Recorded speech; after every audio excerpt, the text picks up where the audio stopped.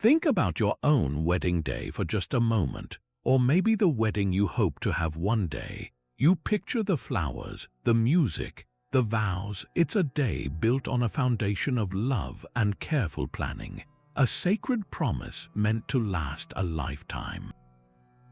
But what happens when that blueprint for perfection is thrown out the window, replaced by pure, unadulterated chaos?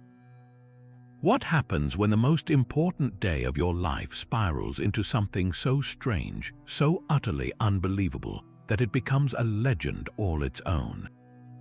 Welcome to a world where truth isn't just stranger than fiction. It's more absurd, more jaw-dropping, and infinitely more memorable.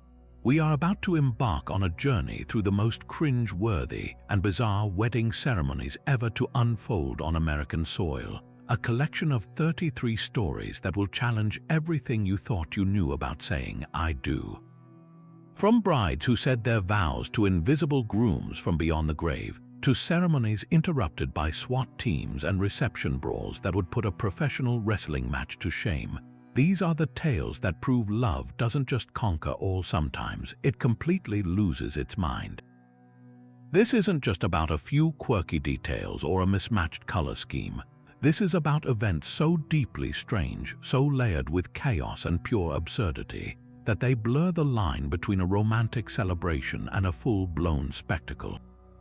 Each story is a testament to the unpredictability of the human heart and the often shocking ways people choose to celebrate their union, revealing that beneath the veil of tradition lies a potential for madness that few of us ever dare to imagine. So prepare yourself for an unforgettable tour through love's wildest, most unpredictable corners.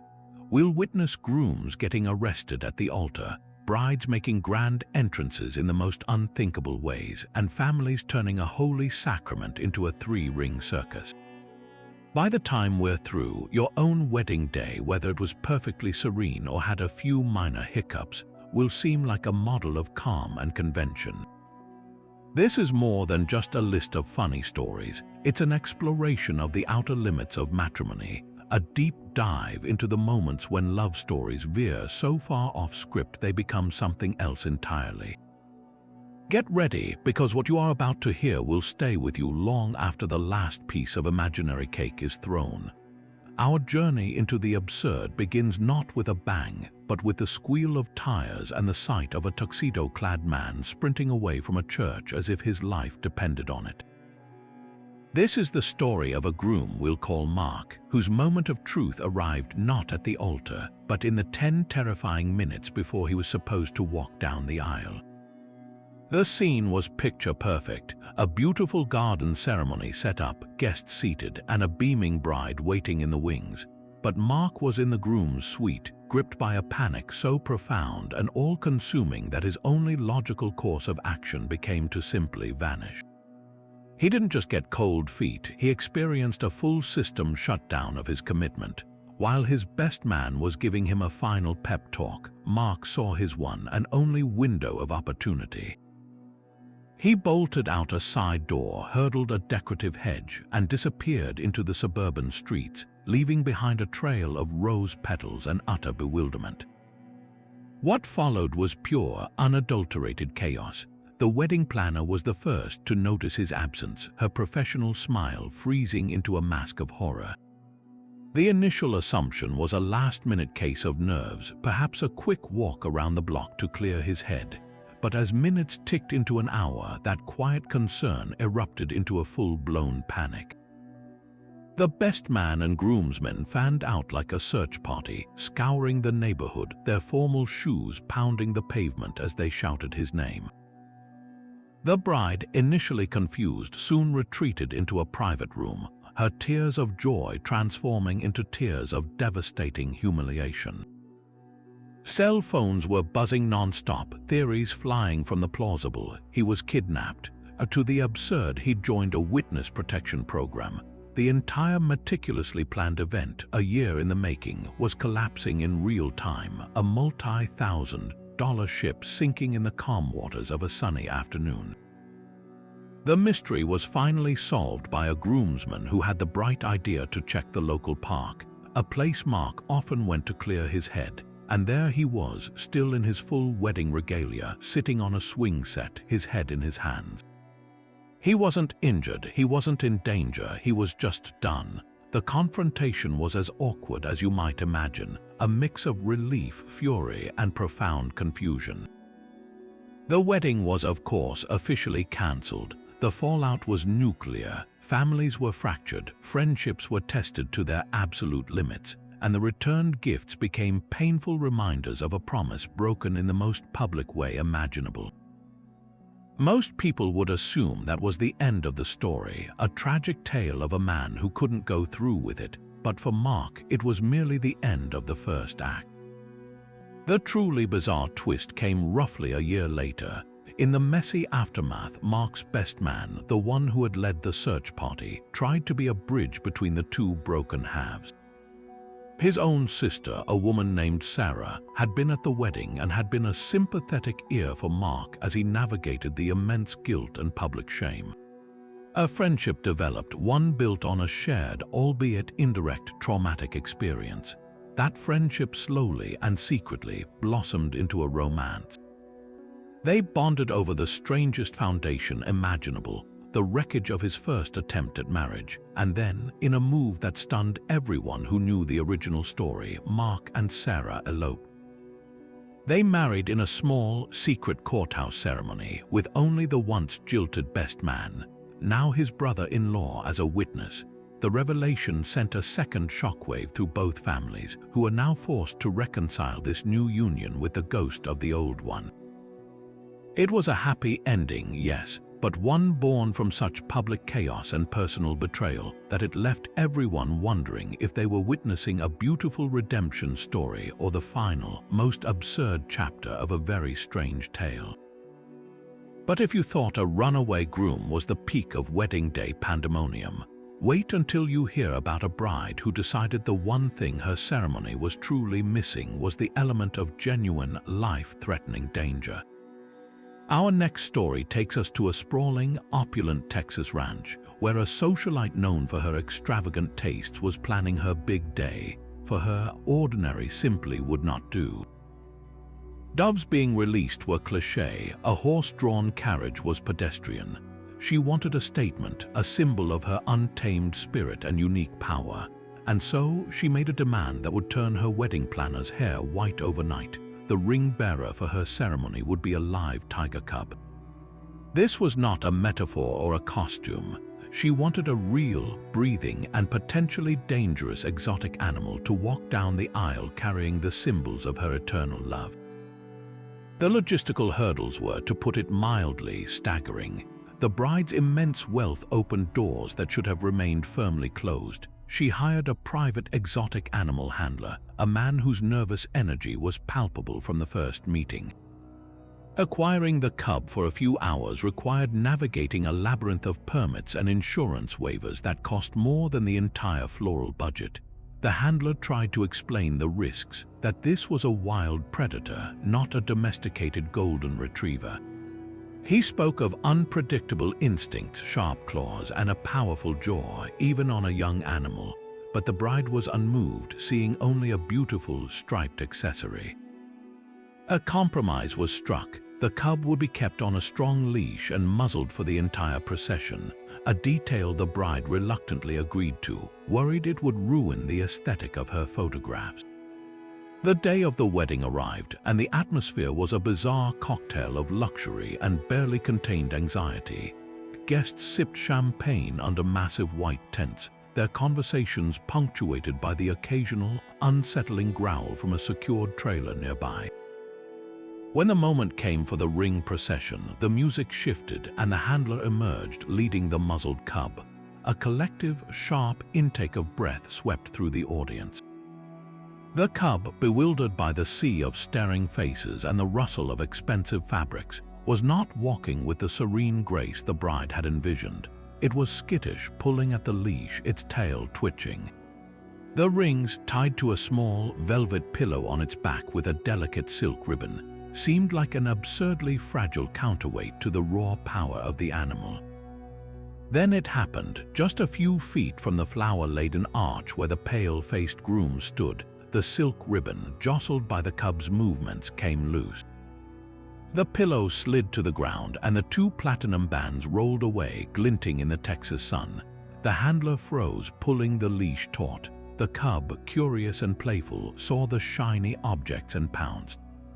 In an instant, it was batting the priceless rings around with its large, padded paws, sending them skittering across the manicured grass. It was no longer a terrifying predator. It was a kitten with a new toy, but a kitten that could accidentally dismember a person. The carefully choreographed ceremony devolved into pure chaos. The best man and a groomsman dropped to their hands and knees, trying to corral the rings while avoiding the cub's playful swats. The handler was pulling back, shouting instructions that no one could hear over the gasps and shrieks of the guests. The bride stood rigid, her veil fluttering in the breeze, her expression a mask of fury and horror. The romantic string quartet fell silent, unsure if they should continue playing.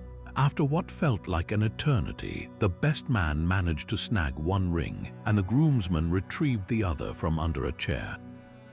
The handler, with immense effort, managed to calm the cub and lead it away, the entire procession having failed in its only mission. There was a long, awkward silence as the rings, now slightly scratched and covered in grass stains, were handed to the petrified groom. The I do's were finally exchanged, but the magic of the moment was long gone, replaced by a shared trauma. The reception that followed was a tense affair, with everyone whispering about the near disaster, the wild animal now caged nearby serving as a constant, unsettling reminder that for this couple, the road to matrimony was almost literally through the jungle.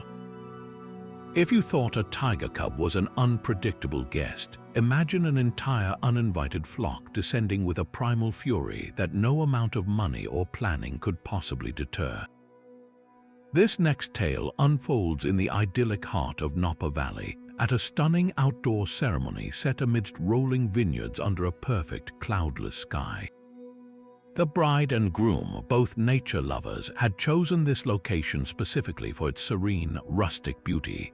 Everything was a picture of elegance, from the handcrafted wooden arbor draped with flowing white silk to the long, linen-draped tables holding a gourmet buffet. It was the kind of setting that promised a peaceful, sun-drenched beginning to a shared life. But peace was the last thing on the minds of the venue's other permanent residents. A large flock of Canadian geese had long considered this particular vineyard their personal territory, and they viewed the arrival of 200 well-dressed intruders as nothing short of a declaration of war. The first sign of trouble was a distant, dissonant honking that slowly grew louder, interrupting the soft prelude of the string quartet. At first, guests assumed it was just ambient noise, part of the rustic charm.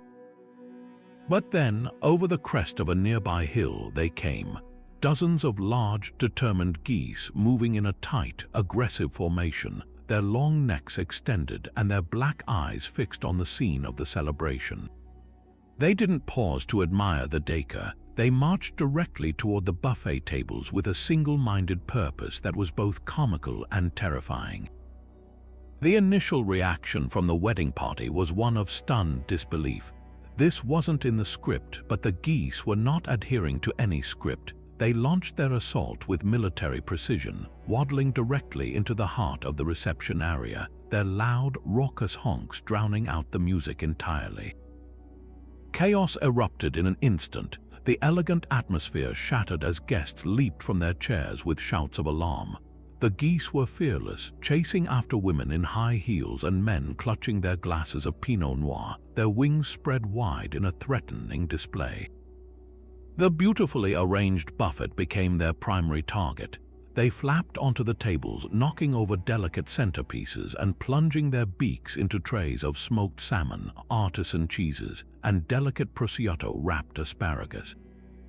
A particularly bold goose snatched an entire dinner roll and, in its haste, sent a nearby platter of bruschetta crashing to the ground. The scene was no longer a wedding. It was a feathered free-for-all, a bizarre battle between humanity and waterfowl over control of the canapés. The bride and groom, who had been mingling happily moments before, found themselves suddenly under siege, as a large gander made a beeline for the bride's flowing train, mistaking it for a strange, white rival. The groom grabbed her hand and they made a desperate dash for the only available shelter, a quaint, lattice-work gazebo that was meant for romantic photographs later in the evening. They huddled inside, peering out through the wooden slats at the surreal scene unfolding before them. Their dream wedding had been transformed into a nature documentary gone horribly wrong. Meanwhile, the wedding planner, a woman whose professionalism was being tested in ways no seminar could have ever prepared her for, sprang into action. Armed with nothing but a silk napkin and sheer force of will, she began waving her arms and shouting, attempting to shoo the aggressive birds away. This only seemed to further enrage them, turning her into the primary target of their ire. She was chased in circles around the dance floor, her clipboard abandoned, her headset crackling with the panicked voices of her staff. It took the frantic venue owner arriving with a team of groundskeepers and several large, noisy leaf blowers to finally break the geese's resolve. The sound and air disturbance proved to be the only language the territorial flock understood. Slowly, reluctantly, and with many angry, parting honks, they retreated back over the hill, leaving behind a scene of absolute devastation. The once pristine lawn was littered with trampled food, overturned chairs, and a generous sprinkling of goose droppings. The elegant buffet looked as though it had been hit by a miniature tornado. A profound, stunned silence fell over the guests, all of them disheveled and wide-eyed, trying to process the absurdity of what had just occurred. The couple eventually emerged from the gazebo, their expressions a mixture of shock, laughter, and utter resignation. The reception did eventually continue, albeit with a significantly depleted menu and a story that would eclipse every other memory of their special day. They ended up serving pizza because it was the only thing that could be delivered quickly enough, and to this day, whenever they see a goose, they are reminded of the time their perfect vineyard wedding was quite literally taken over by the birds and the bees, though mostly just the birds. From the chaotic spectacle of wild animals and runaway grooms, we now turn to a story of misguided devotion, one written not in vows but in permanent ink. This is the tale of a man whose attempt at the ultimate romantic gesture backfired in the most visually stunning way imaginable. Our groom, a passionate and admittedly impulsive man named Leo, was head over heels in love with his fiancée, Chloe. In the final, feverish hours before their wedding, surrounded by his groomsmen at his bachelor party, he was struck by what he believed was a bolt of pure romantic genius. He wanted to prove, in a way that could never be questioned or forgotten, that Chloe was the only woman for him. And so, fueled by a mix of genuine love, bravado, and a significant amount of liquid courage, he led his friends to a 24-hour tattoo parlor and made a request that would make any artist pause. He wanted a large, portrait-style tattoo of Chloe's face, and he wanted it on his own face, right on his cheek. The tattoo artist, a man who had likely seen his share of late-night regrettable decisions, tried to talk him out of it. He suggested a forearm, a shoulder blade, even a calf anywhere less permanently prominent. But Leo was resolute. This was the ultimate proof of his commitment. It had to be somewhere he and everyone else could see it every single day. Using a photograph from Leo's phone, the artist set to work. The conditions were far from ideal: the late hour, the less than sober client, the immense pressure of free-handing a facial portrait on a curved, moving surface. The result, as you might expect, was catastrophic. The tattoo was large, dominating the entire side of his face from his temple to his jawline. The likeness was at best a distant cousin to the beautiful Chloe. The eyes were slightly mismatched, the smile was lopsided into more of a grimace, and the shading gave her complexion a strangely greenish-gray hue. It was less a loving tribute and more a poorly rendered wanted poster. The next morning, as Leo stood before the mirror in his wedding day finery, the gravity of his decision began to dawn on him through his throbbing hangover. The massive, dark tattoo stared back at him, impossible to ignore. A wave of panic washed over him, but it was far too late. He made a futile attempt to cover it with concealer, which only succeeded in creating a thick, beige smear that made the portrait look even more disturbing. There was no turning back. He had to walk down the aisle. Meanwhile, Chloe was in her bridal suite, bubbling with nervous excitement, completely unaware that the man she was about to marry had permanently altered his visage in her honor. The moment of the ceremony arrived. The music swelled, the doors opened, and Chloe began her beautiful walk down the aisle, her eyes locked on her groom. As the distance between them closed, her expression began to shift from joyful anticipation to confusion, then to dawning horror. She saw it, a giant, distorted version of her own face staring back at her from his. Her steps faltered. The happy tears that had been welling in her eyes were replaced by tears of sheer shock. She stopped a few feet from the altar, her gaze fixed on the tattoo. A stunned whisper rippled through the congregation as guests also noticed the bizarre new addition to the groom's face. The photographer, whose job was to capture joyful moments, found himself compulsively snapping pictures of the bride's utterly horrified expression. The ceremony proceeded, but it was a tense, awkward affair. The officiant struggled to maintain his solemn tone as he faced the lopsided portrait. Guests tried valiantly to look at the couple, but their eyes were irresistibly drawn to the tattoo, each person wrestling with a mixture of second-hand embarrassment and morbid curiosity. The kiss that sealed their union was hesitant and stiff, a far cry from the passionate moment everyone had expected. The reception that followed was equally strained. The first dance was a quiet, mechanical affair. Toasts from the best man and maid of honor were peppered with awkward pauses and carefully chosen words that deliberately avoided any mention of the elephant in the room, or rather, the face on the face. While Leo had initially believed his gesture would be seen as the pinnacle of romance, he now saw the truth in Chloe's heartbroken and humiliated eyes. The grand gesture had become a grand spectacle, overshadowing their love and turning their wedding into a joke. That night, the conversation was not about the joy of their new marriage, but about the massive, regrettable ink stain on it. The tattoo, meant to be a symbol of eternal love, had instantly become a symbol of a terrible, impulsive mistake. To his credit, Leo quickly realized the profound distress he had caused. His grand gesture had not been for Chloe, but for his own ego, and it had backfired spectacularly. Within a week of returning from their honeymoon, a trip filled with constant staring from strangers, the couple found themselves in a very different kind of office, a dermatologist's clinic specializing in laser tattoo removal.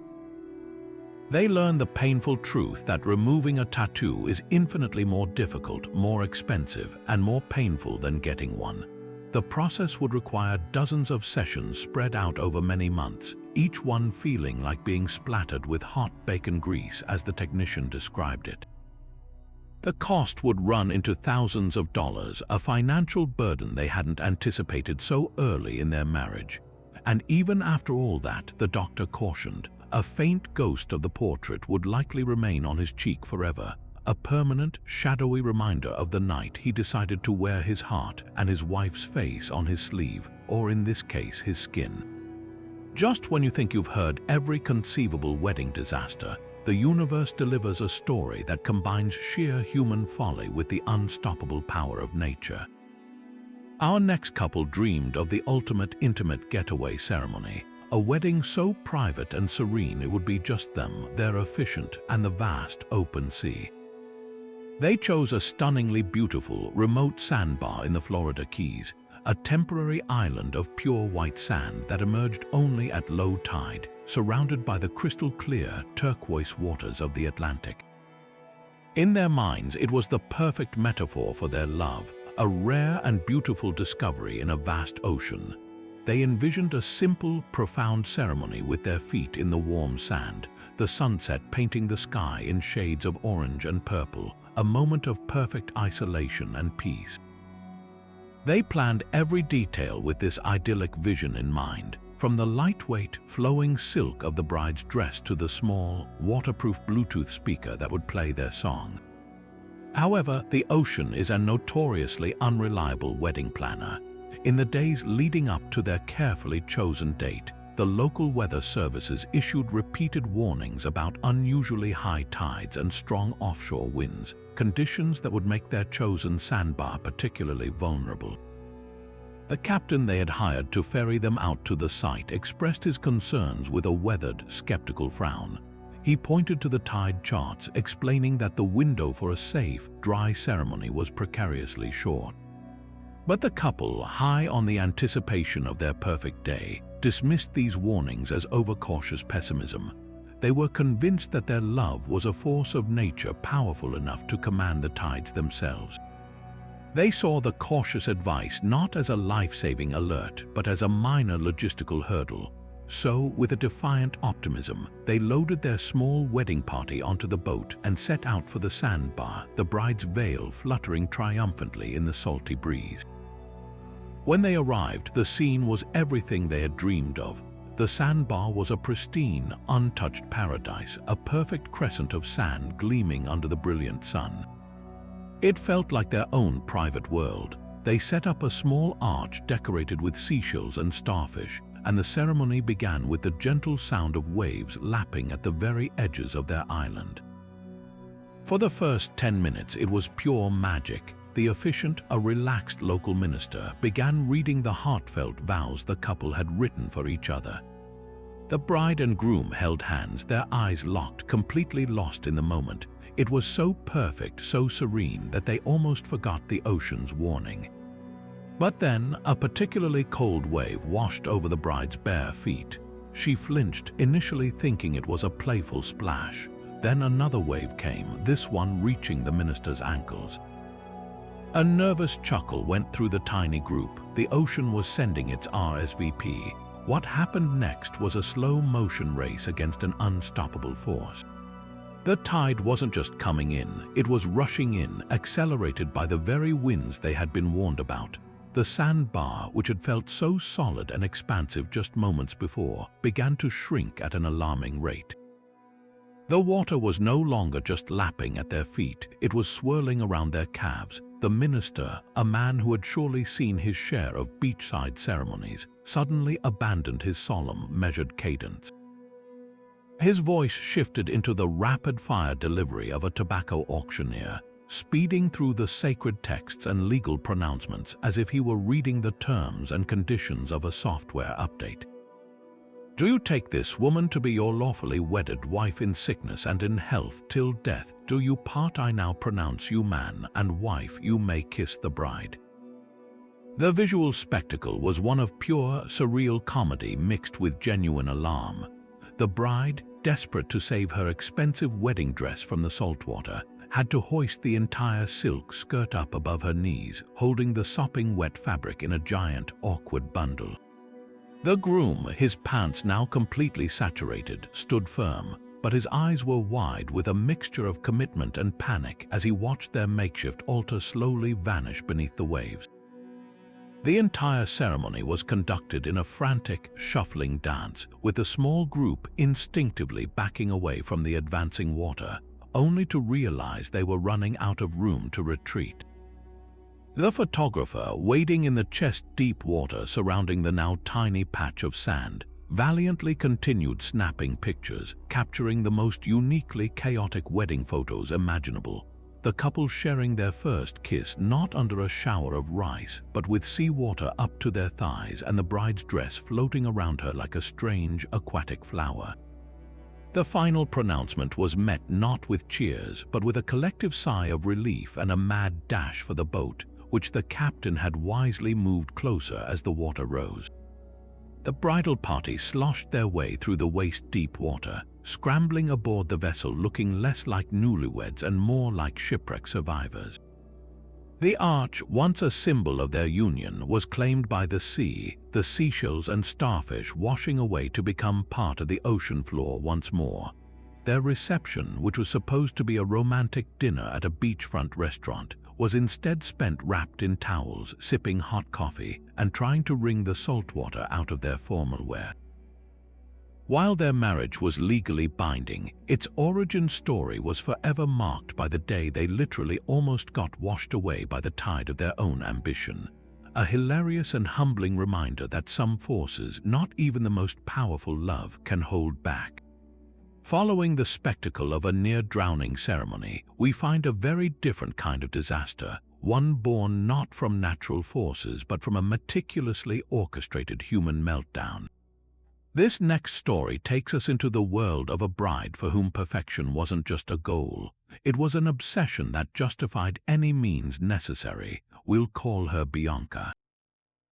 Bianca had envisioned her wedding not as a celebration of love, but as a flawless production, a live-action Pinterest board where every color was Pantone matched, every flower was in its precise geometric place, and every member of the cast performed their role without a single deviation from her script. Her bridal party, comprised of her oldest friends and her sister, had initially been thrilled for her, but as the months of planning wore on, their excitement was slowly replaced by a low-grade dread, a sense that they were less friends and more unpaid and apparently incompetent interns. The cracks began to show during the dress fittings. Bianca had chosen identical, expensive gowns for her bridesmaids, but she was horrified by the way the fabric draped slightly differently on each of their unique body types. She critiqued everything from the way one bridesmaid's shoulders sat to the way another's hips filled out the silhouette. Her comments delivered not with helpful suggestions but with the cold, analytical precision of a fashion critic eviscerating a runway show. Then came the bachelorette party. The maid of honor, aiming for a fun and relaxing weekend, had planned a cozy mountain cabin getaway with wine tastings and spa treatments. Bianca was appalled. She had expected a lavish, Instagram-worthy blowout in a major city, complete with a private club reservation and a professional photographer. She viewed the rustic cabin as a personal insult, a symbol of her friend's failure to understand her grandeur. The tension reached a boiling point, but instead of having a private, difficult conversation, Bianca decided on a course of action that can only be described as corporately brutal. The week of the wedding, she summoned all 6 bridesmaids to a mandatory meeting at a neutral location, a borrowed conference room at a local hotel. The women arrived nervous and hopeful that this was perhaps a last-minute peace offering or a final logistics run-through. The atmosphere in the room was heavy with unspoken anxiety. Bianca stood at the front of the room, cool and composed, a laptop connected to a large screen behind her. Without a word of greeting, she clicked a button and the screen lit up with the title slide, Wedding Party Performance Review. A collective, stunned silence fell over the room. This was not a meeting, it was a tribunal. What followed was a 22-slide PowerPoint presentation of pure, unadulterated carnage. Each bridesmaid had her own dedicated section, complete with bullet points and in some cases candid, unflattering photos. One slide was dedicated to Sarah, the maid of honor, criticizing her lack of vision and fiscal irresponsibility in planning the subpar bachelorette party, complete with a spreadsheet comparing the actual costs to the projected value of Bianca's idealized trip. Another slide targeted her own sister, Lisa, featuring a side-by-side photo comparison of her in the bridesmaid dress next to a model, with red circles highlighting the unacceptable bunching of fabric around her waist. She accused another friend of having a consistently negative attitude and undermining the wedding vision by suggesting a different shade of napkin at the tasting. The presentation was a masterpiece of passive-aggressive corporate jargon applied to the deeply personal realm of friendship, citing failures in team cohesion and project execution. The final slide was simply titled Conclusion and Restructuring. In a calm, chillingly detached voice, Bianca informed the group that, effective immediately, their roles in the wedding party were terminated. She stated that their consistent underperformance and failure to meet the required standards left her with no other choice but to proceed with a leaner, more focused operational model, which, translated from her bizarre corporate speak, meant she was firing them all and would be walking down the aisle alone. She then distributed printed copies of a non-disclosure agreement, demanding they sign it in exchange for not being billed for the cost of their dresses. The room was left in a state of utter, shell-shocked disbelief. One bridesmaid began to cry silently, another simply got up and walked out without a word. Years of friendship had been systematically dismantled in under 15 minutes, all set to the cheerful animations of Microsoft PowerPoint. The fallout was immediate and absolute. All 6 women, including her own sister, dropped out of the wedding entirely and cut off all contact. The news spread like wildfire through the extended guest list, creating a schism of disbelief and outrage. The wedding day itself was therefore one of the most eerily quiet and awkward ceremonies ever witnessed. There was no joyful procession of friends. There was no maid of honor to fluff the bride's train or hold her bouquet. When the organist played, Bianca walked down the aisle completely alone, a solitary figure in a vast sea of empty chairs on her side of the venue. The guests' smiles were strained, their applause polite but muted. The absence of her lifelong friends was a palpable, heavy presence in the room, a silent testament to the cost of her perfectionism. The reception toasts were delivered by a reluctant cousin and a co-worker who barely knew the couple, their speeches generic and hollow. Bianca had gotten her perfectly curated aesthetic, her exact color scheme, and her meticulously planned timeline. But she had sacrificed her entire support system to get it, creating a day that looked perfect in photographs but felt profoundly lonely in reality. A stark reminder that a wedding is about the people who stand with you, not just the picture they create. If you thought a PowerPoint firing squad was the peak of wedding awkwardness, prepare yourself for a situation so layered with emotional complexity that it redefines the term uncomfortable ceremony. Our next story centers on a groom named David, a man who prided himself on his modern, enlightened approach to relationships. His first marriage to a woman named Amanda had ended not with screaming matches and broken dishes, but with a quiet, mutual understanding and a surprisingly amicable divorce. They had realized they made better friends than life partners, and they'd managed to navigate the split with a level of grace and maturity that was the envy of their social circle. They remained in each other's lives, co-parenting their dog and even occasionally having friendly dinners to catch up.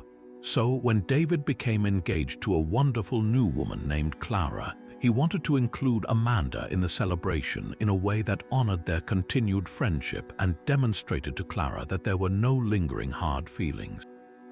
His brainwave, delivered with the confident smile of a man who believed he had just solved world peace, was to ask Amanda to officiate the wedding. He presented the idea to Clara as the ultimate symbol of a clean slate, a powerful testament to the fact that love can evolve without bitterness. Clara, a kind and secure person, was initially hesitant. The concept felt unusual, but David's enthusiasm was infectious and his reasoning seemed so logically sound. He argued that having the person who knew his past best would make the ceremony more profound and personal. After some thoughtful discussion, and with a small knot of anxiety in her stomach, Clara agreed. Amanda, for her part, seemed genuinely touched by the request. She accepted with a warm smile, assuring them both that she was happy for David and would be honored to play such a special role. On the surface, everything was perfectly civilized, a model of post-divorce harmony.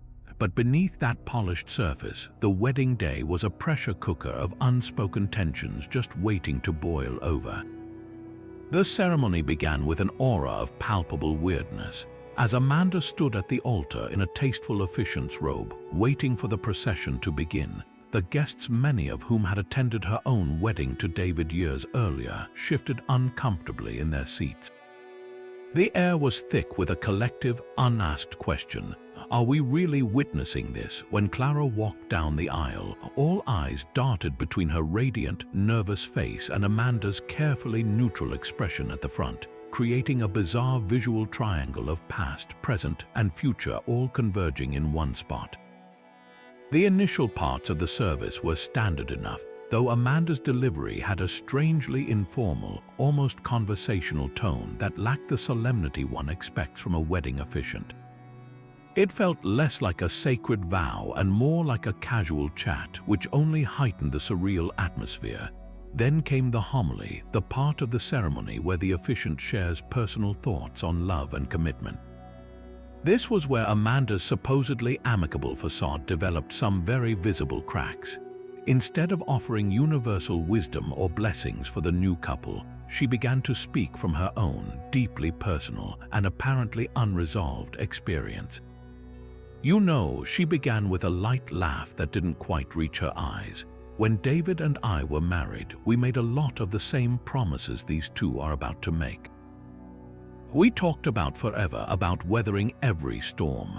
A nervous titter rippled through the audience. Clara's smile became rigid and fixed. David stared at Amanda, his eyes wide with a silent, desperate plea for her to stop. She did not stop. She continued, digging the hole deeper with every word.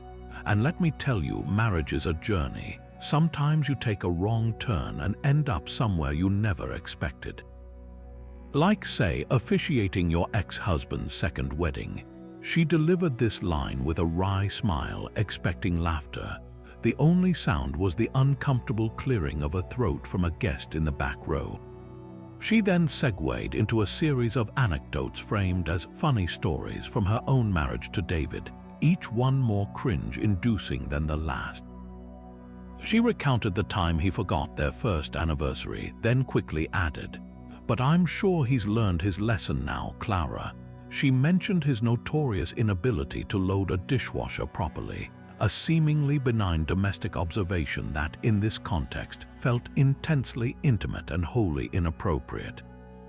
Each joke was a tiny barb, a passive-aggressive reminder that she had a shared history with the groom that his new bride could never be a part of. It was a masterclass in taking a position of honor and twisting it into a platform for subtle emotional sabotage. Clara stood perfectly still, her hand in David's having gone completely limp. The photographer, sensing the disaster, stopped taking pictures of the couple and started discreetly capturing the horrified faces of the wedding guests, which ranged from open-mouthed shock to sympathetic wincing. The moment the final, "I now pronounce you husband and wife," was uttered, a wave of tangible relief washed over the entire gathering. The applause that followed was less a celebration and more a frantic, grateful noise signaling that the ordeal was finally over. The receiving line was a study in forced politeness, with guests offering strained congratulations to the newlyweds while avoiding eye contact with Amanda, who stood beside them beaming as if she just performed a great service to humanity. The reception that followed was famously divided. Amanda, perhaps realizing she had crossed a line or perhaps feeling emboldened by her performance, spent the evening making overly familiar toasts and hovering near the newlyweds, ensuring her presence was felt at every turn. David spent the entire night trying to do damage control, alternating between soothing a rightfully upset Clara and shooting wounded looks at his ex-wife.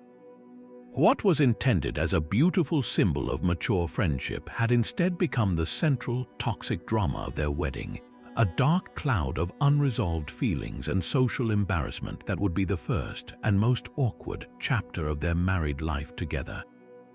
Perhaps the most delicious symbol of any wedding celebration is the cake, a towering, sugary monument to the couple's new life together, a centerpiece meant to be admired before being joyfully devoured.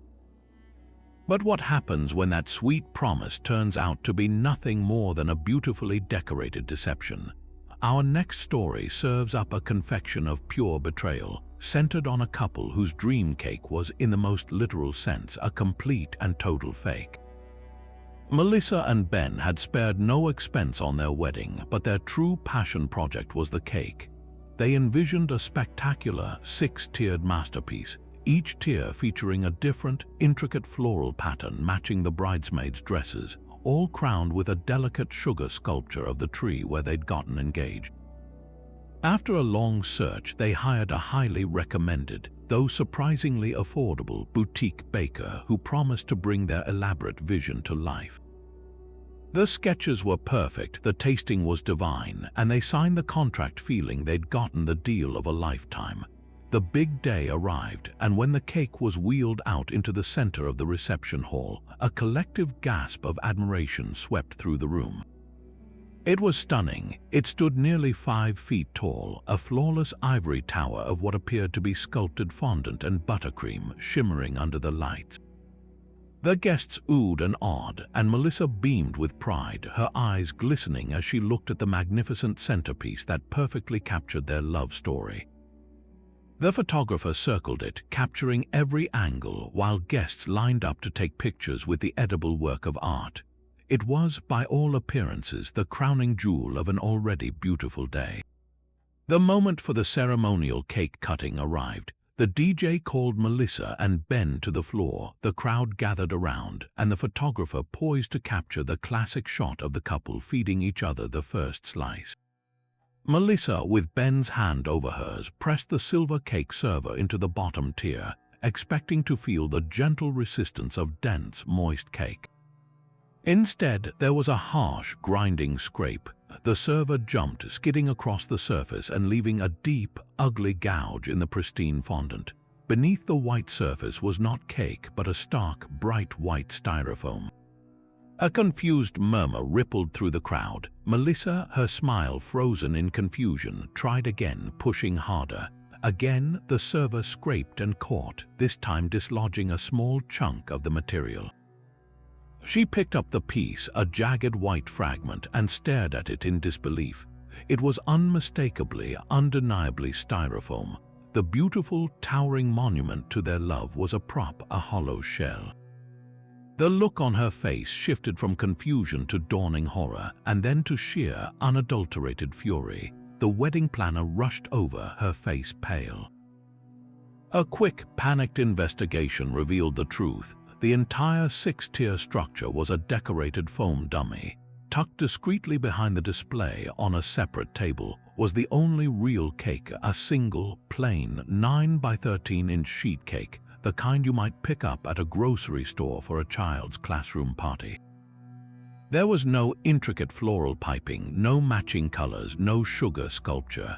It was just a simple, frosted rectangle. The meltdown that followed was both epic and entirely justified.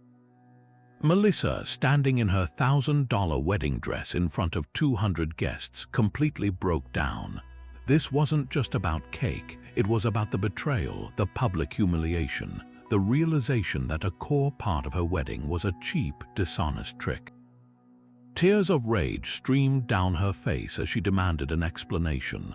The caterer who had subcontracted the baker was summoned and eventually confessed under the heat of the moment. The baker they had hired, in a bid to maximize profits on the too good to be true price, had decided that a real cake of that size and complexity would be too expensive and structurally risky. The solution was this industry trick known as using a dummy tier cake, but he had taken it to a criminal extreme. Only a tiny fraction of the displayed cake was actually real. He never informed the couple, assuming they would never know the difference until after the event, when it would be too late. The immediate problem, of course, was that 200 guests were now expecting dessert. The caterer, in a state of pure panic, dispatched 2 staff members to the nearest 24-hour supermarket. They returned with every pre-boxed sheet cake and tray of brownies they could grab, a motley assortment of desserts with no cohesive theme or quality. The grand cake-cutting ceremony was replaced with the depressing sight of cater waiters hastily slicing up supermarket cakes in the kitchen and serving them on elegant china. Guests tried to be polite, nibbling on their slices of generic vanilla and chocolate, but the magic of the moment had been utterly shattered. The conversation for the rest of the night wasn't about the couple's beautiful vows or their first dance. It was about the great cake caper. The story didn't end at the reception. The couple, rightly enraged, refused the final payment and sued the baker and caterer for breach of contract and emotional distress. The local news picked up the story, turning the baker's cost-cutting scheme into a very public business disaster. For Melissa and Ben, their wedding album contained the most incongruous of photos, beautiful shots of them smiling in front of a magnificent, six-tiered lie, a permanent, bittersweet reminder that sometimes the most beautiful facades can hide the most hollow of centers. While some couples dream of fairy-tale weddings with castles and horse-drawn carriages, others find their romantic inspiration in places far darker and more unsettling. Our ninth story proves that for one particular pair, true love looked less like a Disney movie and more like a scene from a psychological thriller. This couple were die-hard horror aficionados, and their shared passion for Stanley Kubrick's classic film, The Shining, was the cornerstone of their relationship. They didn't just want to reference their favorite movie, they wanted to live inside it for a day, transforming their wedding into a full-scale, meticulously detailed homage to the Overlook Hotel. They weren't aiming for a cute, Halloween-inspired party. Their goal was to recreate the film's signature atmosphere of creeping dread and surreal beauty, a decision that would leave half their guests utterly mesmerized and the other half, particularly the elderly relatives, traumatized. The ceremony itself set the tone for the day's unique brand of horror. It was held in a grand, slightly faded old hotel that bore a striking resemblance to the movie's infamous setting. Instead of walking down a traditional aisle to the sounds of Wagner's "Here Comes the Bride," the bride made her entrance to the film's haunting, discordant main theme, a slow-building score of synthesizers and ghostly choirs that immediately put everyone on edge. The groom waited for her at the altar, not in a standard tuxedo, but in a vintage burgundy jacket eerily reminiscent of Jack Torrance's wardrobe. But the real showstopper was the centerpiece of the ceremony space, a large, ornate fountain at the head of the aisle. Instead of flowing with clear water, it gushed with a thick, opaque blood-red punch, creating a continuous, bubbling river that cascaded down into a basin below. The visual was stunning, artistic, and deeply unnerving, especially for an aunt who just moments before had complimented the unique color scheme. Then came the procession. The couple had two young nieces serve as flower girls. Any expectation of adorable children in pretty white dresses scattering rose petals was immediately dashed when the two girls appeared, dressed in identical pale blue dresses, their hair in perfect old-fashioned curls with pallid, blank expressions on their faces. They were the spitting image of the Grady twins, the hotel's ghostly inhabitants. They didn't skip or smile. They walked in perfect, unnerving unison, holding hands and staring straight ahead with vacant eyes. As they reached the front, they turned in sync to face the guests, and in a chilling, monotone voice, they recited the film's most famous line, "Come play with us, Danny." Forever and ever and ever. The line was delivered with such creepy precision that a wave of uncomfortable silence fell over the crowd, broken only by the sound of the crimson punch splashing in the fountain. A grandmother was seen frantically fanning herself while an uncle openly muttered, "What in God's name is this?" The reception, however, was where the theme reached its breathtaking and for some terrifying climax. The couple had taken over the hotel's grand ballroom and, with an immense budget and a team of set designers, had transformed it into a life-sized replica of the Overlook's snowy hedge maze. Massive, dark green hedges constructed from fabric and wire formed narrow, winding pathways throughout the entire room. The tables were nestled inside small clearings within the maze, meaning guests had to navigate the labyrinth just to find their seats. The air was chilled to mimic a winter night, and a low-lying, dry ice fog crept along the floor, obscuring everyone's feet. The only lighting came from eerie, strategically placed spotlights that cast long, dramatic shadows, making it nearly impossible to recognize anyone from more than a few feet away. The overall effect was immersively brilliant and cinematically accurate, but as a party environment, it was a logistical and social nightmare. Watching the older generation navigate this scene was a spectacle in itself. The bride's sweet 75-year-old grandmother, who had likely been envisioning a simple chicken dinner and a nice waltz, spent the first 20 minutes of the reception hopelessly lost, clutching her purse and peering around corners with a look of profound confusion. She was eventually found by a waiter dressed as a ghostly butler who silently pointed her toward her table, an interaction that did little to calm her nerves. The dance floor was a small clearing in the center of the maze, and when the couple had their first dance to a melancholic, period-appropriate song, the sight of them swaying in the fog, surrounded by towering, artificial hedges, felt less like a celebration and more like the prelude to a supernatural event. The father of the bride's toast was a masterpiece of strained diplomacy, carefully avoiding any mention of axes, frozen corpses, or the word "redrum," while still trying to sound genuinely happy for his daughter. The wedding cake, while delicious, was a dark chocolate creation decorated with a subtle, repeating geometric pattern that keen-eyed fans recognized as the hotel's iconic carpet design, a final, deliciously sinister touch.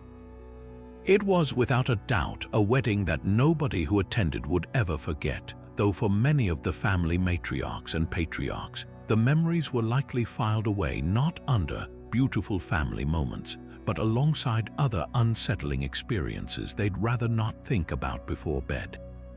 While some couples seek to terrify their guests with horror movie tributes, others aim for a different kind of emotional response altogether: uncontrollable laughter.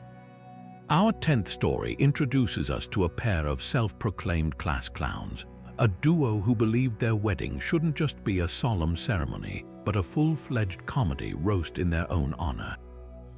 They saw the traditional, heartfelt vows as a missed comedic opportunity, a dry script just begging to be punched up. And so, in a stroke of what they considered pure genius, they decided to rewrite the entire sacred contract of marriage into a series of limericks. They spent weeks hunched over notebooks, giggling and high-fiving each time they nailed a tricky rhyme, convinced they were crafting the most memorable and hilarious wedding anyone had ever witnessed. They weren't just planning to say "I do," they were planning to deliver a 5-act poetic comedy special. The first sign that their plan might have a critical flaw came during the rehearsal dinner. The officiant, a kind but rather traditional local pastor, was handed the final draft of the vows. As he read through them, his normally placid face underwent a slow-motion transformation. His smile tightened, his eyes widened slightly, and a subtle, nervous tick developed near his brow. He cleared his throat and gently suggested that perhaps they could incorporate 1 or 2 humorous lines into otherwise traditional vows. The couple would hear none of it. They were committed to the bit 100%. They assured the flustered man of the cloth that it was all in good fun, and that their love was no less real for being expressed in a jaunty 5-line meter. The pastor, seeing the unshakable determination in their eyes, reluctantly agreed, praying for the strength to get through the ceremony without bursting into irreverent laughter or, worse, tears of professional despair. The wedding day arrived and the ceremony began with an air of normalcy. The processional was standard, the guests were smiling, and the setting was beautiful. Then came the moment for the vows. The pastor, with the demeanor of a man walking a tightrope over a pit of whoopee cushions, took a deep breath and began. "Dearly beloved," he started, his voice trembling ever so slightly, "we are gathered here today to celebrate the love between this man and this woman. A love they have chosen to express in a rather unique poetic form." He then nodded to the groom, who puffed out his chest with pride, grinned at the audience, and launched into his first limerick. "There once was a guy from Seattle," he began, his voice booming with theatrical flair, "whose life was a meaningless battle. Then he met this great girl who gave his world a whirl, and now he's her loyal, nice cattle." A wave of uncertain laughter mixed with a few audible groans rolled through the pews. The older relatives in the front row, in particular, looked utterly bewildered, as if they'd accidentally stumbled into a live taping of a show they didn't understand. The bride, however, beamed with delight, giving her groom an encouraging nod.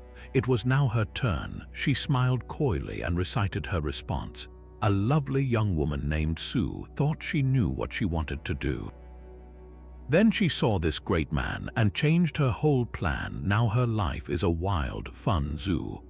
The reactions in the audience were deeply divided. The couple's friends from college were in stitches, laughing uproariously and giving thumbs up from their seats. The grandparents, aunts, and uncles, however, sat in stony silence, their faces etched with a mixture of confusion and second-hand embarrassment. They had come to witness a holy union, not an open mic night at the chapel. The pastor stood between them, his face flushed, eyes firmly locked on his book as if seeking divine intervention to keep from cracking a smile at the sheer absurdity of the situation. The ceremony continued in this bizarre back and forth, each heartfelt promise of fidelity and support reduced to a playful, rhyming joke. The couple promised to love each other, even when they were grumpy and sickly, and to always split the last piece of pizza, even if it was pickly. Then came the moment the entire precarious structure came crashing down. The groom, flushed with adrenaline and the positive reinforcement from his friends, reached his final and most complex limerick. He began with confidence, "I promise to always be true," and then his mind went completely, utterly blank. The carefully memorized lines vanished from his brain as if erased. The grin faded from his face, replaced by a look of pure, unadulterated panic. He stood at the altar, microphone in hand, staring out at the silent, waiting crowd. The silence stretched from awkward to profoundly painful. You could hear the rustle of a program from the back of the room. His best man, seeing his friend flounder, leaned in and, in a stage whisper that was picked up by every microphone on the altar, fed him the next line, and to take out the trash without cue. The prompt worked, but it shattered the rhythm entirely. The groom, now flustered and humiliated, stammered out the line, and to take out the trash without cue. The magical, rhythmic cadence of the limerick was broken. It was no longer a clever recitation. It was a struggling actor being fed his lines. He stumbled through the rest of the verse. "I'll love you my whole life right through. And, our love will always be new." The final line landed with a dull thud, devoid of the comedic timing he had so carefully rehearsed.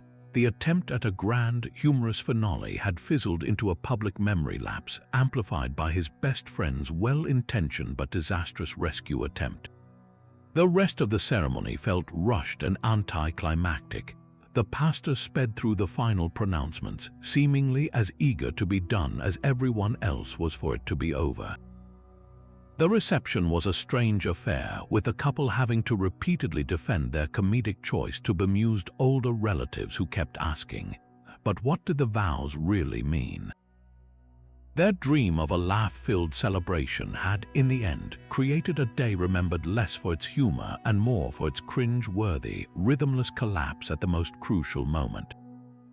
Up to this point, our stories have revolved around runaway grooms, chaotic animals, and bizarre personal choices. But our 11th tale plunges us into a world where the line between loyalty and the law becomes terrifyingly blurred. Imagine the ultimate test of friendship, a scenario so ethically complex it feels more like a movie plot than real life. This is the story of a man we will call Alex, a dedicated undercover police officer who had spent the better part of 2 years building a deep cover identity to infiltrate a sophisticated financial fraud ring.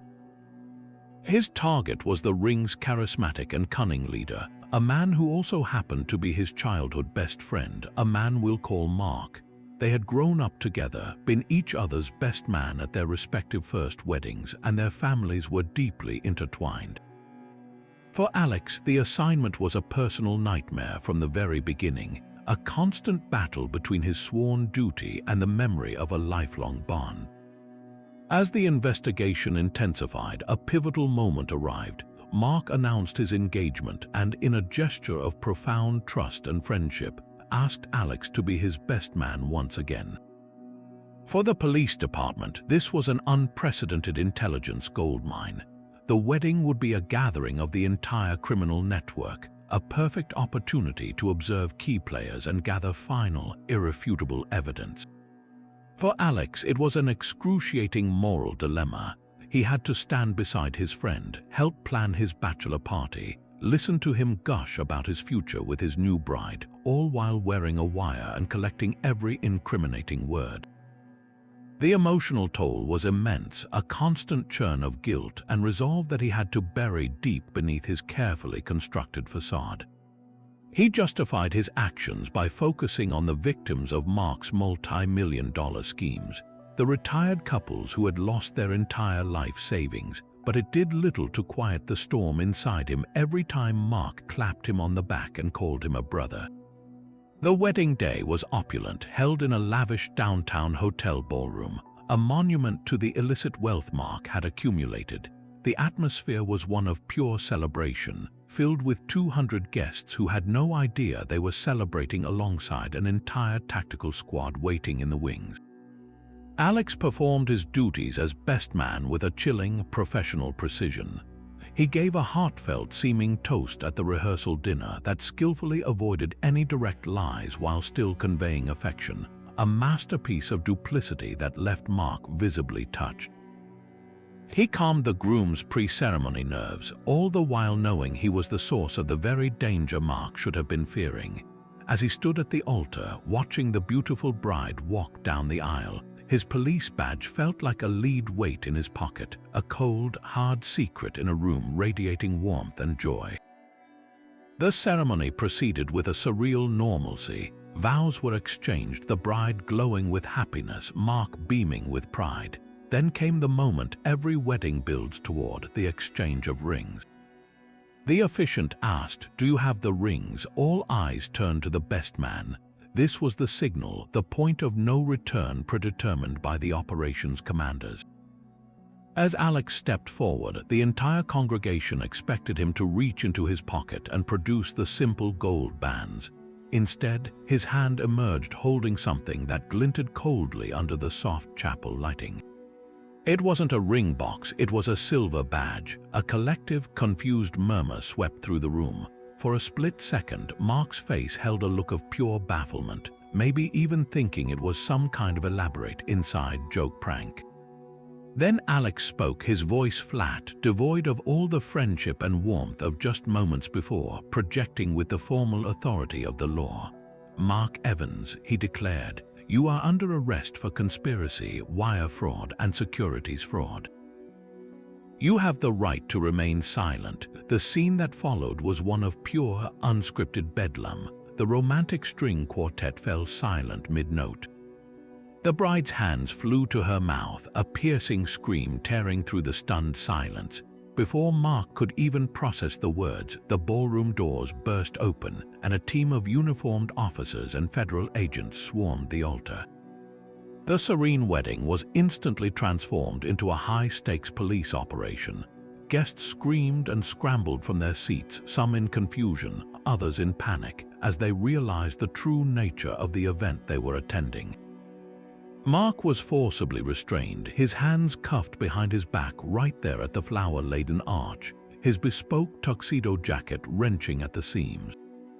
He stared at Alex, his expression a devastating cocktail of betrayal, fury, and utter heartbreak, shouting a single, guttural "why" over the din of the chaos. The bride collapsed to her knees, her pristine white dress pooling around her, her happy tears now ones of utter shock and public humiliation.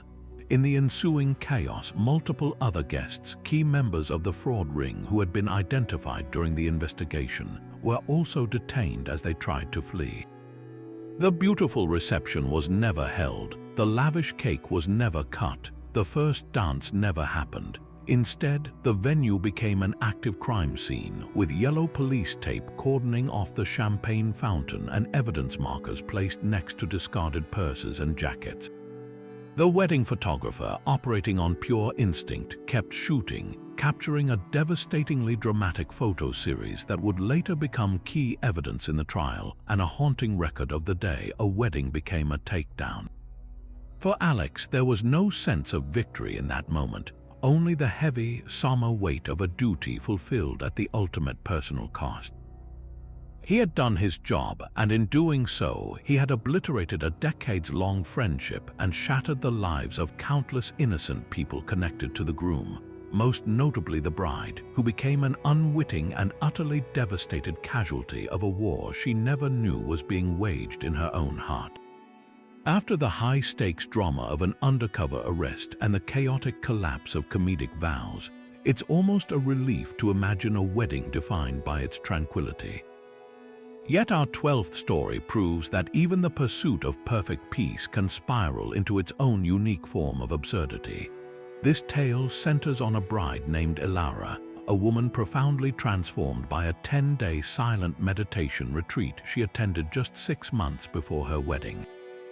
She returned not just relaxed but fundamentally changed, convinced she had discovered the key to true, undistracted connection, absolute silence. She became enamored with the idea of a soundless world, believing that verbal communication was a crude and noisy distraction from the pure energy of human presence. And so she presented her fiancé, Tom, with her vision for their wedding day, a completely silent ceremony. Tom, a kind and accommodating software engineer, was initially taken aback. He tried to reason with her, suggesting they could have a quiet, meditative moment during the ceremony rather than making the entire event mute. But Elara was insistent, her conviction unwavering. She argued that their love was so deep it didn't need words, that their bond would be amplified in the shared stillness.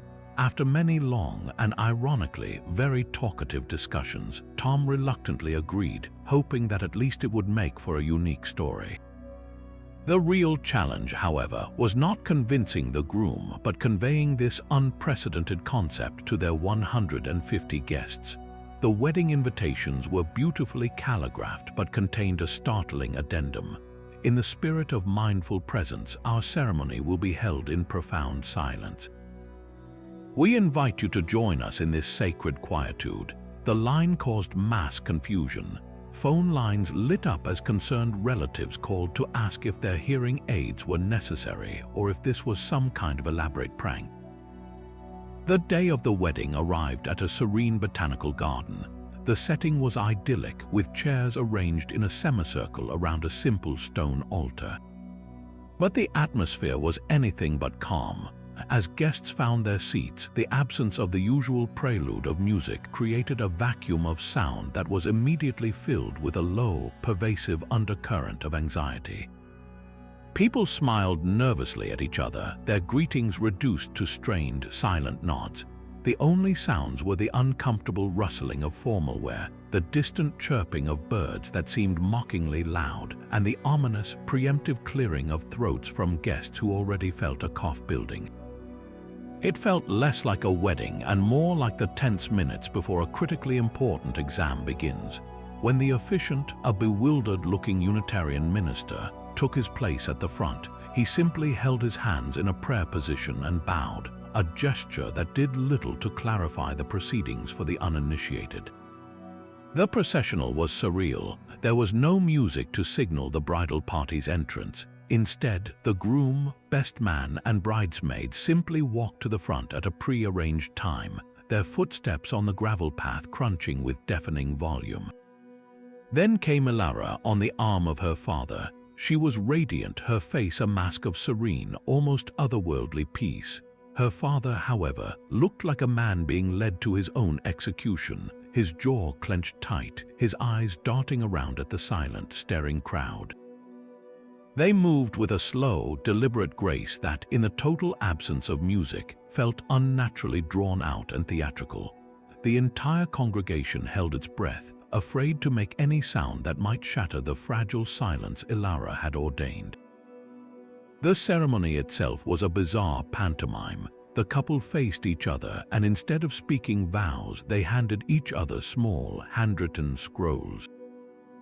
They unrolled them slowly and proceeded to read the words in their own heads while maintaining intense eye contact. To the guests, it appeared as if the couple were simply staring at each other for 3 full minutes, their faces expressionless as they internally processed promises of eternal devotion.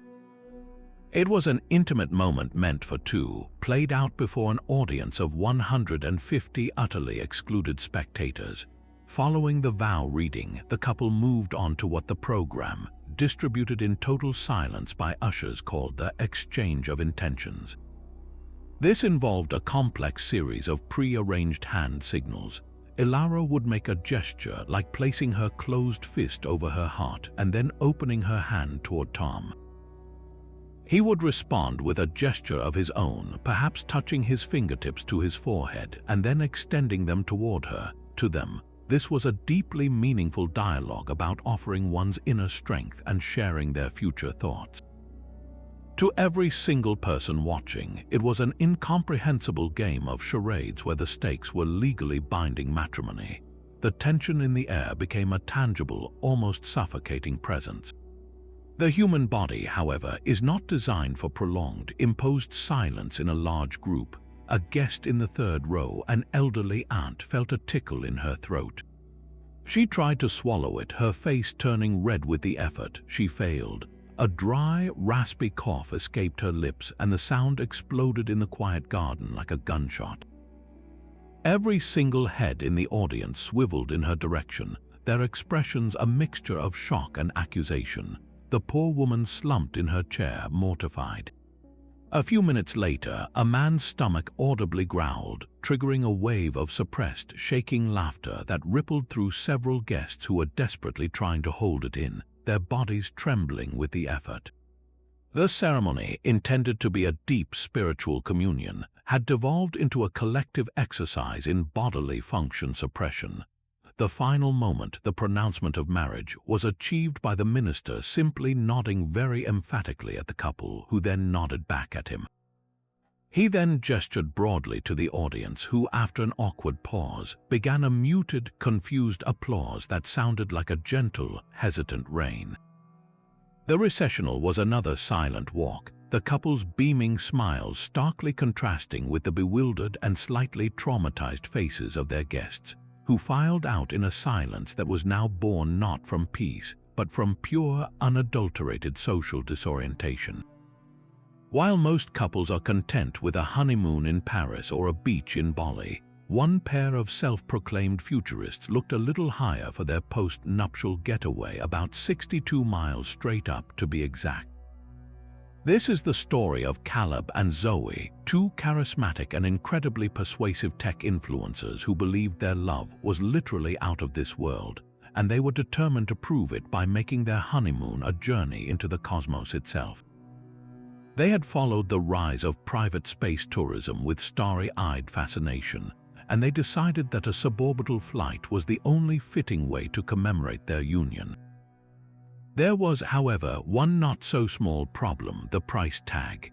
A single seat with one of the pioneering space companies cost more than $250,000, and they wanted to go together.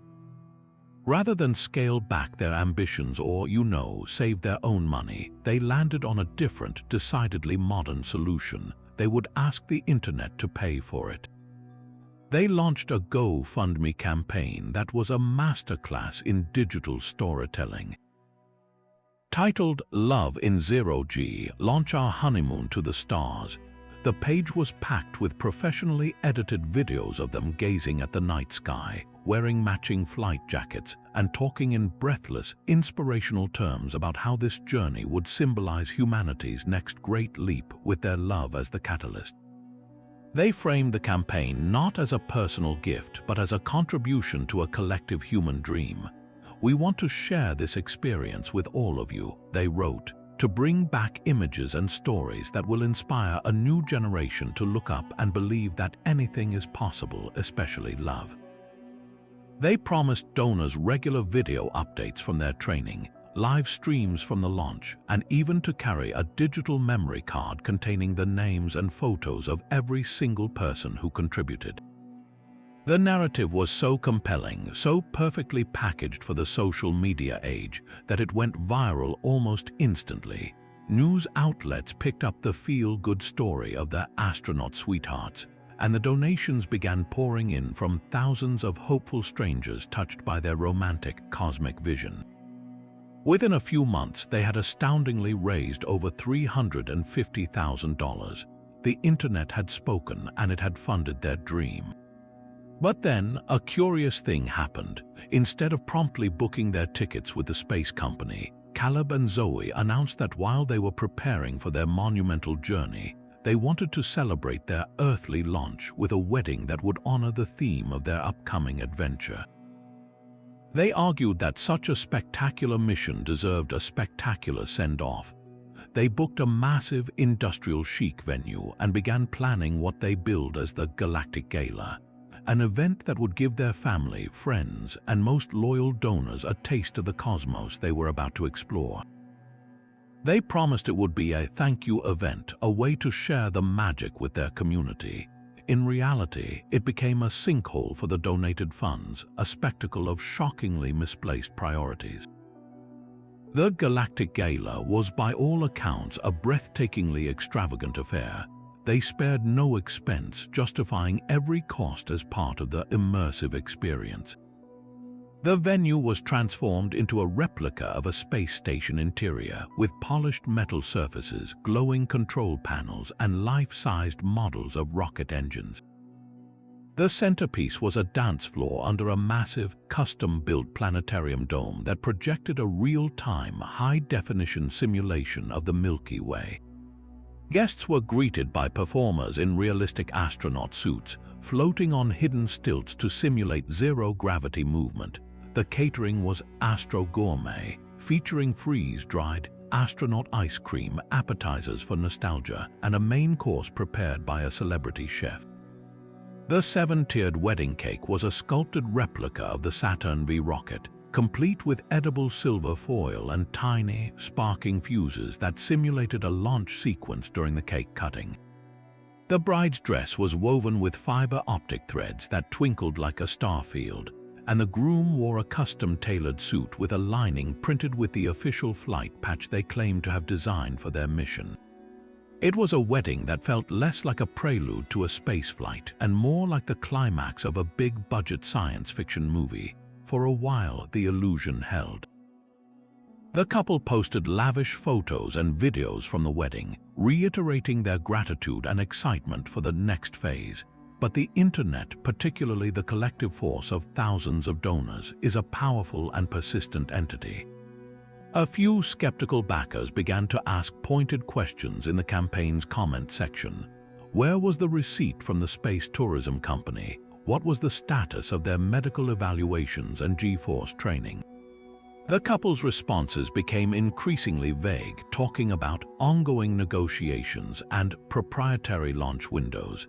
The dam finally broke when an investigative journalist, tipped off by a disgruntled former friend of the couple, decided to dig deeper. A few phone calls to the private space company revealed the devastating truth. Caleb and Zoe had never made a deposit, let alone a full payment for 2 seats. They had initiated a preliminary inquiry months prior but had never followed up. The company had no record of any booking under their names. The exposure was swift and brutal. The journalist's article laid out a detailed financial analysis, comparing the publicly known costs of their ludicrously opulent wedding to the total funds raised. The math was damning. The Galactic Gala had consumed well over 80% of the donations. The Love in Zero G campaign hadn't funded a trip to space. It had funded a party of astronomical proportions on Earth. The fallout was a digital firestorm. The comments on the GoFundMe page transformed from hopeful support into a torrent of rage and betrayal. Donors felt used and foolish, their generosity exploited for a narcissistic fantasy. The local news stations that had once celebrated the couple now ran segments with titles like "Space Cadet Scammers." The couple attempted a weak defense, claiming that the wedding was a necessary public outreach event to raise further awareness for space exploration, and that they still intended to go, but the evidence was overwhelming and public sympathy had evaporated completely. GoFundMe froze the remaining funds and initiated the process for refunding donors, but for the many who had given small amounts, the damage was done. They had funded a lie wrapped in starlight and selfishness. a stark lesson that not all grand romantic gestures are launched with honest intentions. Of course, no amount of digital deception or enforced silence can compare to the raw, untamed power of nature itself, which brings us to a wedding that proved you can plan for rain, you can plan for wind, but you can never, ever plan for a guest with 4 legs, massive claws, and a serious sweet tooth. This story unfolds in the heart of the Colorado Rockies, where a couple deeply passionate about the great outdoors decided to host their ceremony in a stunning, secluded pine grove. They wanted their love to be witnessed by the ancient trees and the crisp mountain air, creating a day that felt authentically rustic and connected to the wilderness. The setting was breathtakingly beautiful, with rows of wooden benches facing a simple arch made of twisted aspen branches, and beyond that, a breathtaking vista of soaring peaks. The atmosphere was one of serene, natural elegance, a perfect harmony of human celebration and the quiet majesty of the forest. What they failed to consider, however, was that they were not just guests in this wilderness. They were temporary visitors in a territory that belonged to someone else entirely. The ceremony was proceeding with perfect, peaceful grace. The bride and groom were exchanging their handwritten vows, their voices soft and full of emotion, the only other sounds being the gentle rustle of aspen leaves and the distant chirping of a Clark's nutcracker. The guests were utterly captivated, lost in the romantic simplicity of the moment. Then, a new sound entered the symphony of the forest, a heavy, rustling crunch from the periphery of the clearing. At first, most assumed it was a deer or a large squirrel, a charming bit of wildlife to complement the scene.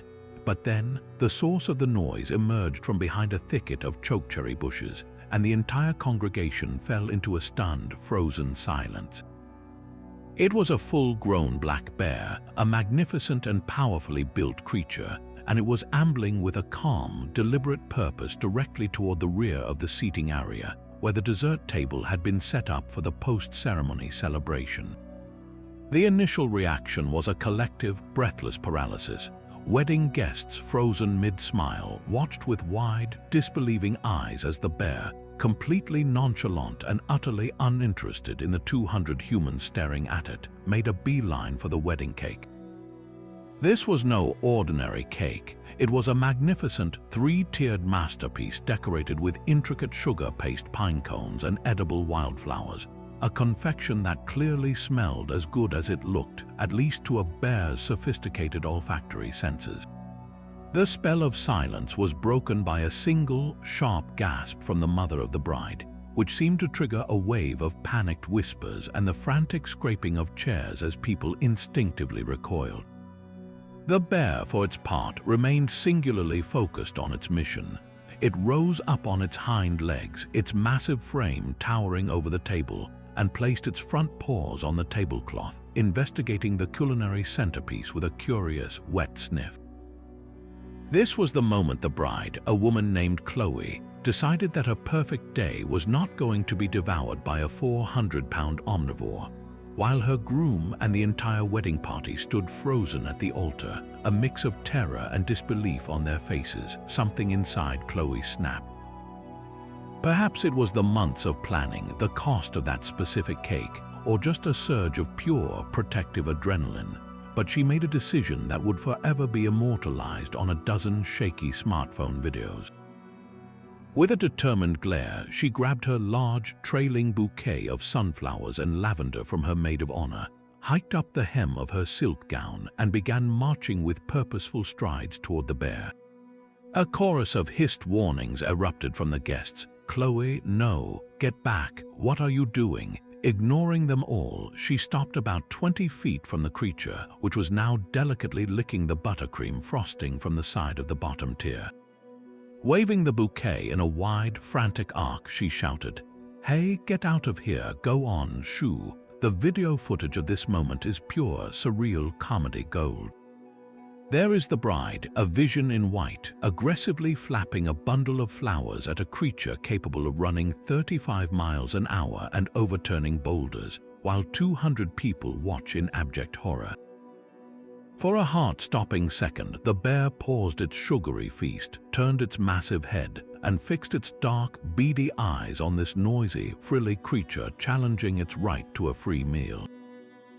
It let out a low, rumbling huff, a sound that vibrated through the clearing and sent a fresh wave of terror through the crowd. It was a standoff between determined bride and determined Bruin, and for a moment it was unclear who would win this battle of wills over the buttercream. Fortunately, before the situation could escalate from a viral video into a wildlife emergency, the cooler heads of the venue staff prevailed. The wedding planner, a woman who deserved a medal for crisis management, had already sprinted to the main lodge and called the local wildlife authorities while simultaneously alerting the on-site groundskeeper. The groundskeeper, a grizzled Colorado native who had seen it all, knew exactly what to do. He emerged from a service shed not with a weapon, but with a couple of large metal garbage can lids. Positioning himself at a safe distance on the opposite side of the bear from the bride, he began banging the lids together with a tremendous, ear-splitting clatter. The sudden, percussive noise was the one thing the bear couldn't ignore. Startled, it dropped back down to all fours, cast one last, longing look at the half-demolished cake, and with a disgruntled woof, loped off back into the safety of the forest, disappearing as quickly as it had arrived. The immediate danger was over, but the aftermath was a scene of pure, adrenalized chaos. Guests were laughing and crying with relief, their hearts pounding. The groom finally rushed to his bride's side, pulling her into a tight hug that was equal parts embrace and restraint. The cake, of course, was a total loss.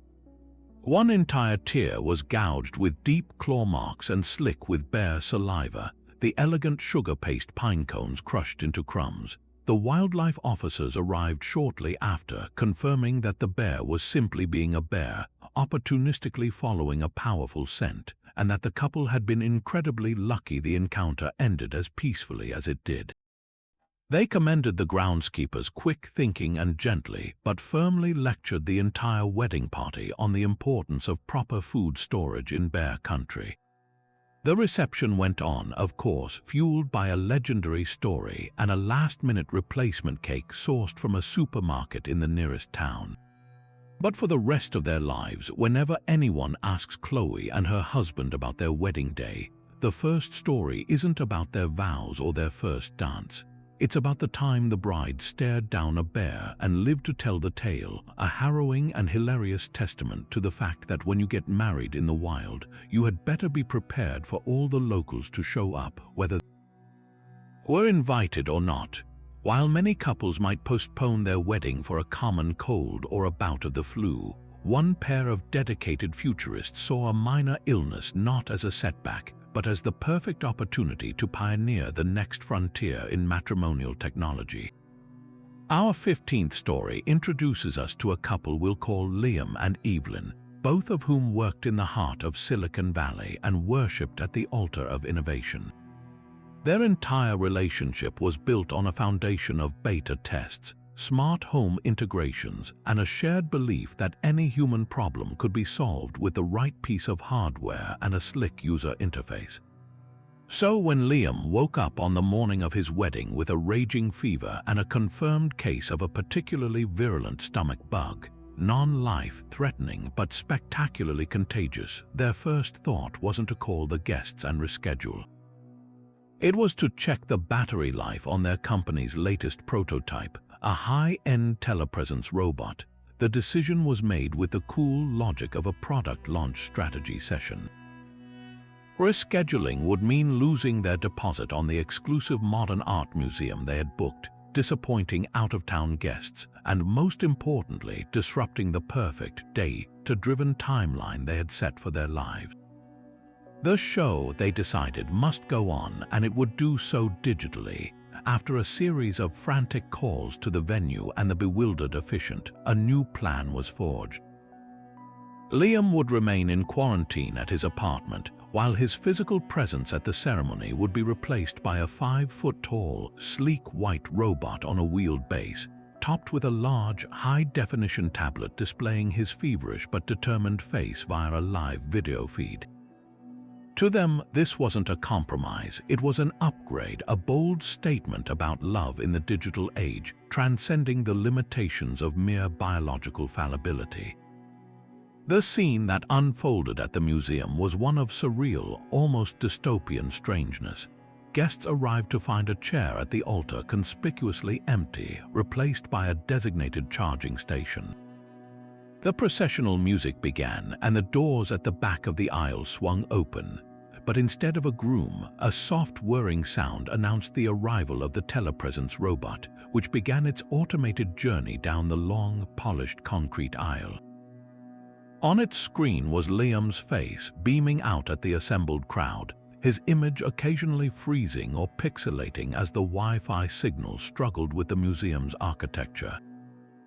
The robot moved with a slow, deliberate, and slightly clumsy gait, its sensors causing it to hesitate and recalculate its path whenever a guest's foot or a handbag strayed too close.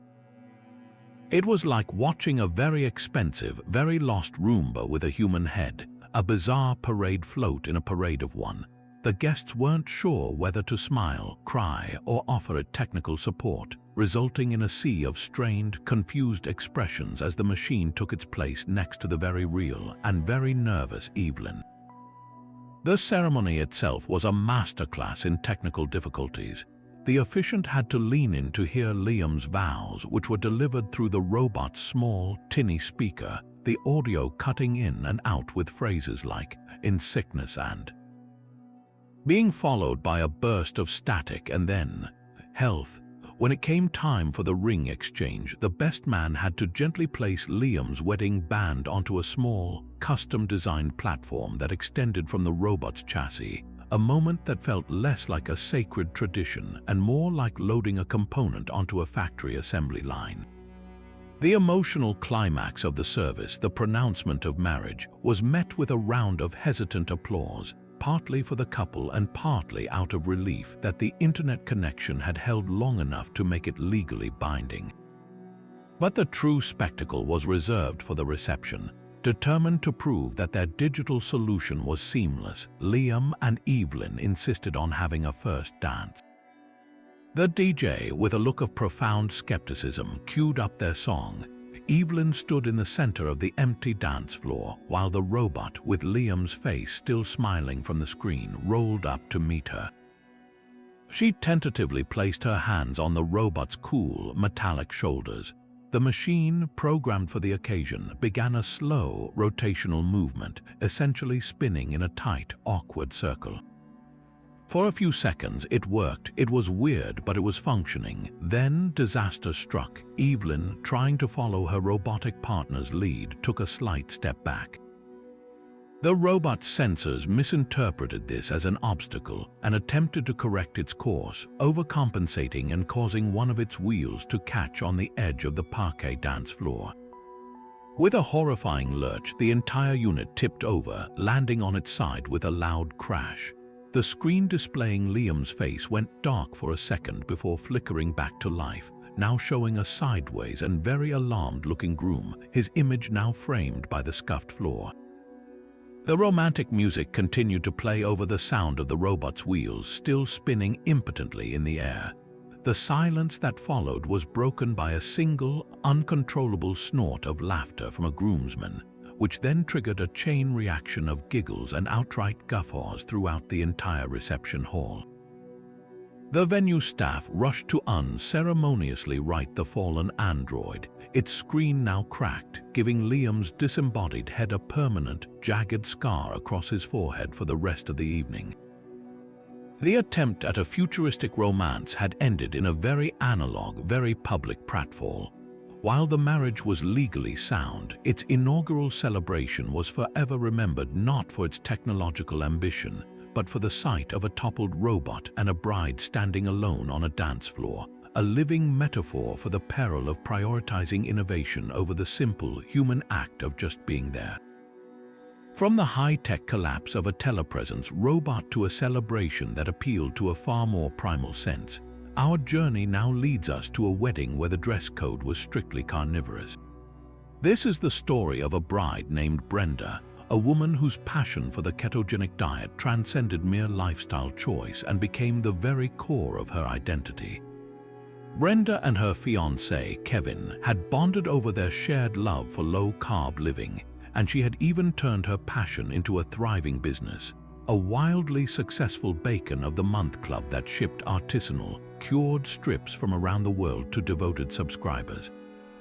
For Brenda, bacon wasn't just a food, it was a philosophy, a symbol of strength, flavor, and rejecting the bland tyranny of carbohydrates. So when it came time to plan her wedding, she wanted her attire to be more than just a beautiful garment. She wanted it to be a statement, a walking, breathing, or rather, curing manifesto of her deepest values.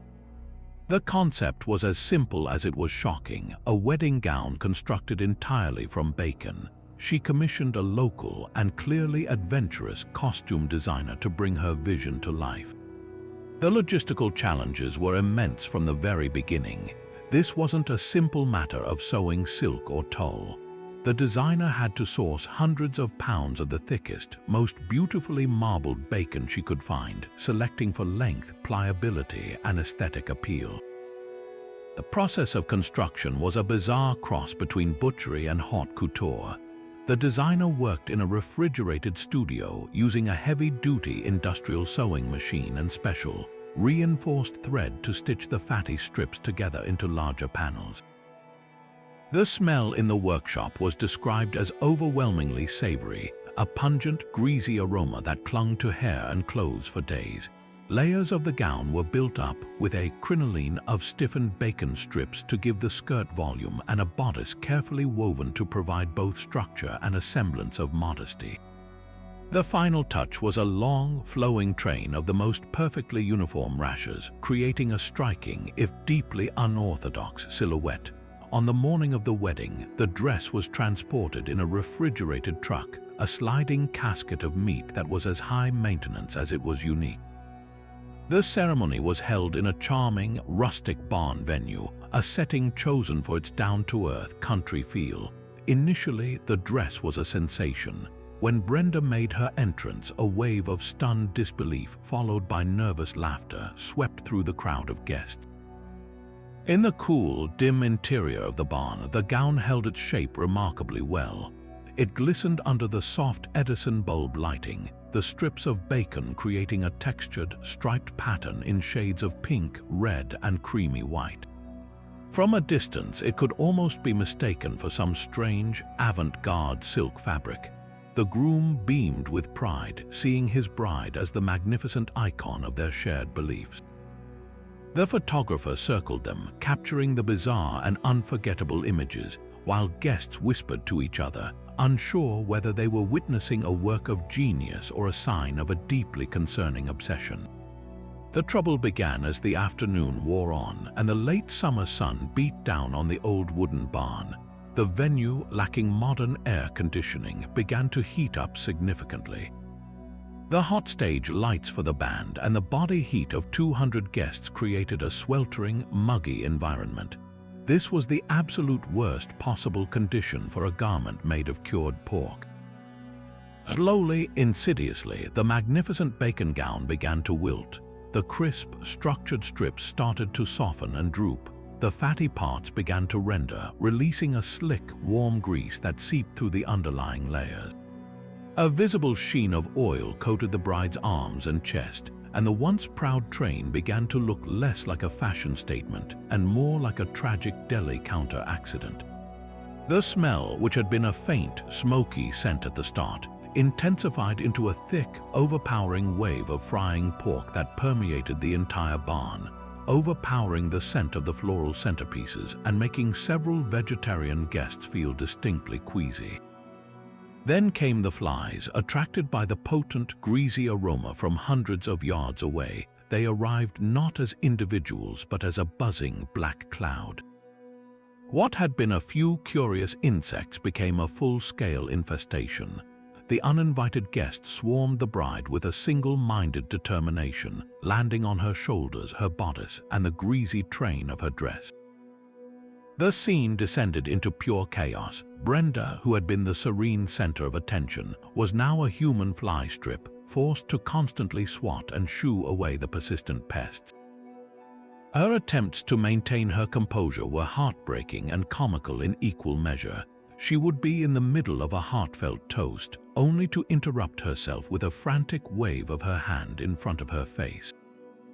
The guests, meanwhile, were engaged in their own battle, trying to enjoy their meals while flies dive-bombed their plates and buzzed around their heads.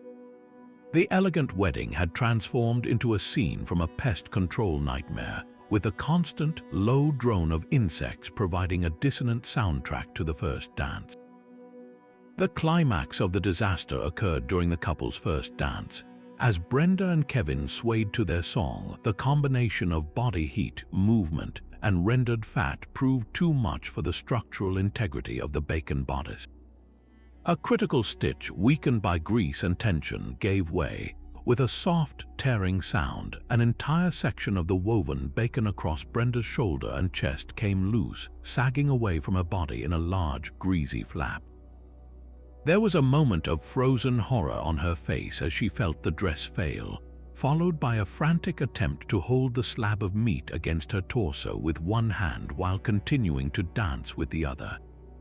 It was a losing battle. The moment was captured in a series of photographs that were equal parts hilarious and horrifying. The bride clutching her disintegrating dress, her face a mask of tearful frustration, while her husband looked on in helpless dismay, surrounded by a haze of flies. The reception ended early, with the bride retreating to a bathroom to change into a backup sundress, leaving the ruined, greasy, and fly-covered bacon gown behind as a truly unforgettable and pungent memory of a statement that quite literally fell to pieces. After the pungent chaos of the bacon dress and the robotic pratfall of a groom on a screen, we arrive at a story where the intervention wasn't from nature or technology, but from a force some believed to be even more powerful, a mother's conviction that her son was marrying a literal demon. This is the tale of a groom's mother, a woman named Dolores, whose devout faith was the bedrock of her entire existence. She attended church daily, her home was filled with religious icons, and she interpreted the world through a stark lens of spiritual warfare. When her son, Michael, introduced her to his free-spirited and artistic fiancée, Clarissa, Dolores saw not a creative and independent woman, but a collection of ominous red flags. Clarissa's interest in yoga was not exercise but pagan stretching. Her vintage clothing collection was not a fashion sense but haunted garments. Her casual, non-denominational spirituality was, in Dolores's eyes, a clear and present gateway for malevolent forces. She became quietly convinced that her future daughter-in-law was not just a bad match, but actively possessed by an unclean spirit that was using her as a vessel to corrupt her son and lead him to eternal damnation. For months leading up to the wedding, Dolores waged a quiet, desperate campaign. She gifted Clarissa rosaries and prayer cards, insisting she keep them close. She would accidentally sprinkle salt around the threshold of their apartment when visiting. She tried to arrange a meeting with her priest for a friendly chat with the bride-to-be. Michael and Clarissa dismissed it all as eccentricity, the overzealous but ultimately harmless concern of a deeply religious mother. They were determined to be inclusive and patient, even including a generic, non-denominational prayer in the ceremony in an attempt to appease her. What they failed to grasp was the terrifying depth of her conviction. To Dolores, their patience was evidence of the demon's clever deception, and their inclusive ceremony was a sacrilegious abomination. As the wedding day approached, her private fears calcified into a sacred duty. She believed she was the only one who could see the truth, and therefore the only one who could act to save her son. She began preparing not just as a mother of the groom, but as a spiritual soldier. The ceremony was held in a beautiful, non-denominational chapel filled with sunlight and the gentle murmur of happy guests. The mood was one of relaxed joy, with Clarissa looking ethereal in a simple, bohemian-style gown, and Michael beaming with pride. They stood before the officiant, holding hands, completely lost in their own world as they began to exchange their personally written vows. The atmosphere was thick with emotion, a perfect, tender moment of commitment. It was at this precise instant, as Michael was promising to love Clarissa's wild and curious soul, that Dolores saw her opening. In her mind, the word wild was a direct confirmation of the feral spirit within. She rose from her front row seat with a grim, determined purpose. The guests initially assumed she was simply overcome with emotion, perhaps moving to get a better photograph. But then she raised her voice, not in a sob but in a loud, commanding tone that cut through the romantic silence. "Stop this blasphemy," she cried out. All eyes swung to her. She then produced from her purse a small, ornate glass vial, her personal reserve of water from a pilgrimage site she believed to be holy. "I command you, unclean spirit," she began to chant in Latin, her voice rising with a fervor that was both terrifying and mesmerizing, "to leave this child of God. Release your hold on her." She uncorked the vial and advanced toward the stunned bride, flinging the water directly into Clarissa's face. The cold shock of the liquid was nothing compared to the psychological horror of the moment. Clarissa gasped, stumbling backward, her hand flying to her wet cheek as she stared in utter disbelief at her soon-to-be mother-in-law. The water dripped from her nose and chin, spotting the bodice of her wedding dress. For a second, there was a perfect, frozen tableau of insanity. The smiling wedding guests in the background, the pale and horrified groom, the drenched and trembling bride, and the triumphant-looking mother, now brandishing the empty vial like a holy relic. The chapel, which had been so quiet a moment before, erupted into a cacophony of gasps, shouts, and confused murmurs. Michael was the first to break from his stupor, stepping protectively in front of Clarissa and shouting, "Mom, what are you doing?" But Dolores was undeterred, her eyes locked on Clarissa with a fiery intensity. She began another round of chanting, reaching out as if to place her hands on the bride's head. It was at this point that the wedding planner, a sharp-eyed woman named Maria who had seen nearly everything, snapped into action.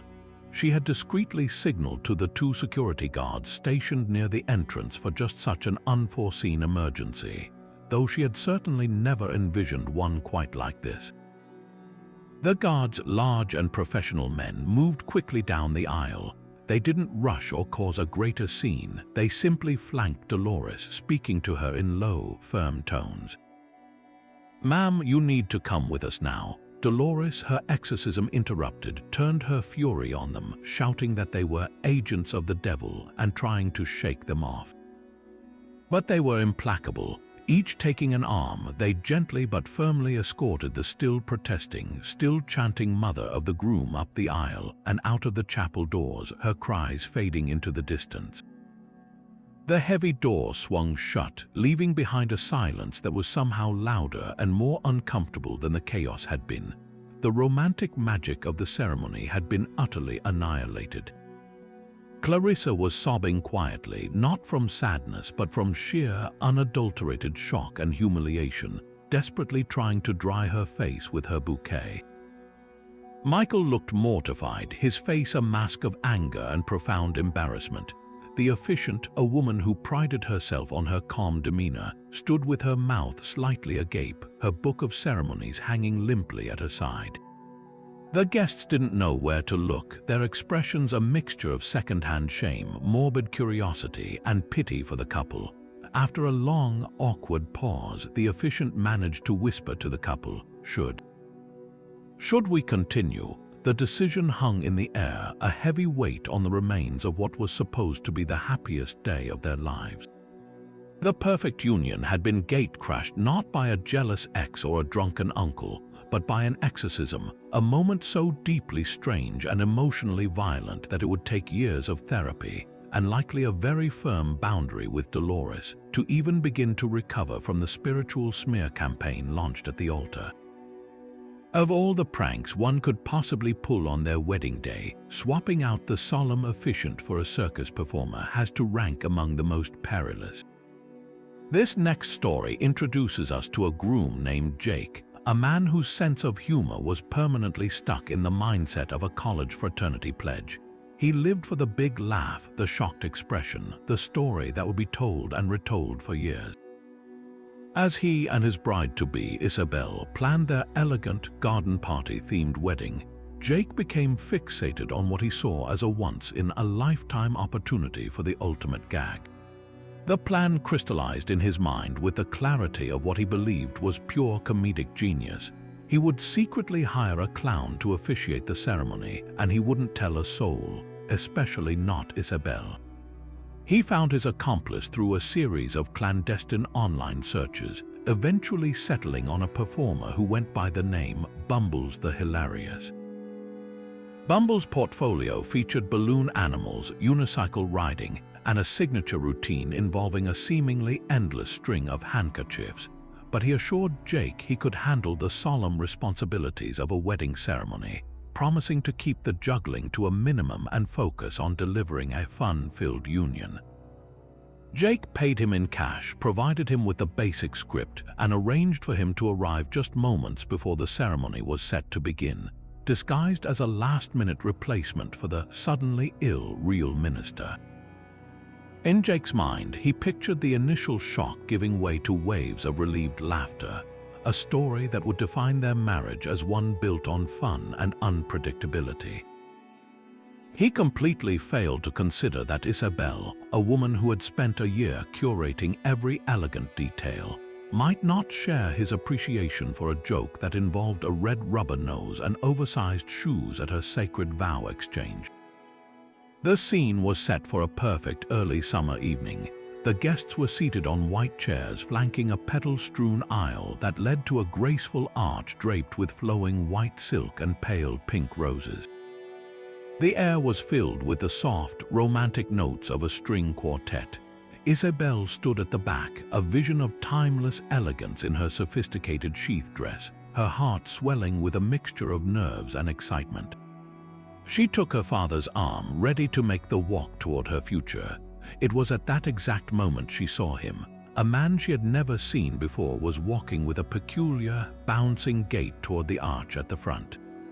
He was wearing a vibrant patchwork suit in clashing shades of orange and green, a bright yellow ruffled collar, and a rainbow-colored wig. His face was painted stark white, with exaggerated red lips and a single, dramatically oversized tear painted under one eye. Clutched in his white-gloved hand was not a Bible or a book of ceremonies, but a large, floppy bouquet of balloon flowers. Isabel's first thought was one of pure logistical confusion. Had the venue double-booked? Was this some bizarre entertainment for a children's party in the next garden over? Her confusion lasted only a second before it was vaporized by a wave of icy, dawning horror. The man, the clown, was now standing directly beneath the floral arch, right where the minister was supposed to be. He adjusted a squeaky bicycle horn that was pinned to his lapel, waved a giant foam hand at the assembled guests, and spoke into the microphone in a high-pitched, warped voice that echoed across the previously serene garden. "Hello, loved ones and party people. Are we ready to get this show on the road?" A few of Jake's friends and younger cousins let out a smattering of uncertain, nervous giggles. The rest of the congregation sat in stunned, appalled silence. Isabel's father tightened his grip on her arm, his face a thundercloud of disbelief. Jake, standing at the altar with his groomsmen, was beaming, his shoulders shaking with suppressed laughter. He turned to see Isabel's reaction, expecting to find her trying to hide a smile. What he saw instead was a look of such pure, undiluted fury that his own smile instantly withered and died. Isabel was not laughing, she was not even moving. She was staring at Bumbles with an expression of such profound betrayal and rage that it seemed to lower the temperature in the entire garden.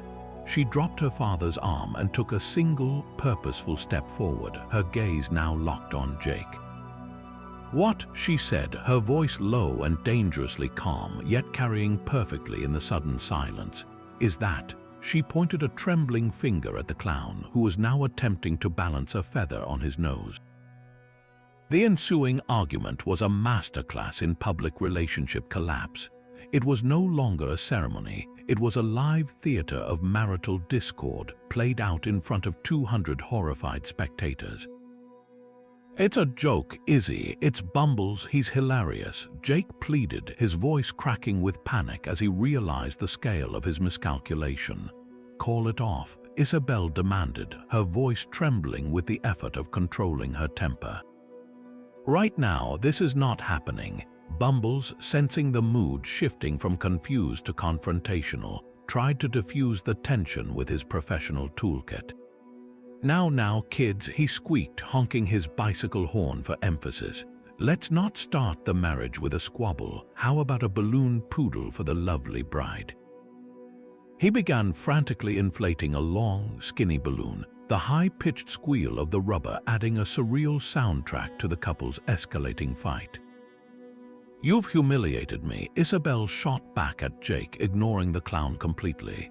"You've turned our wedding into a joke and you didn't even have the respect to tell me." I wanted to surprise you," Jake argued, a desperate whine entering his voice. "It was supposed to be funny. You never want to have any fun." This was the worst possible thing he could have said. It transformed the conflict from a single bad decision into an indictment of their entire relationship.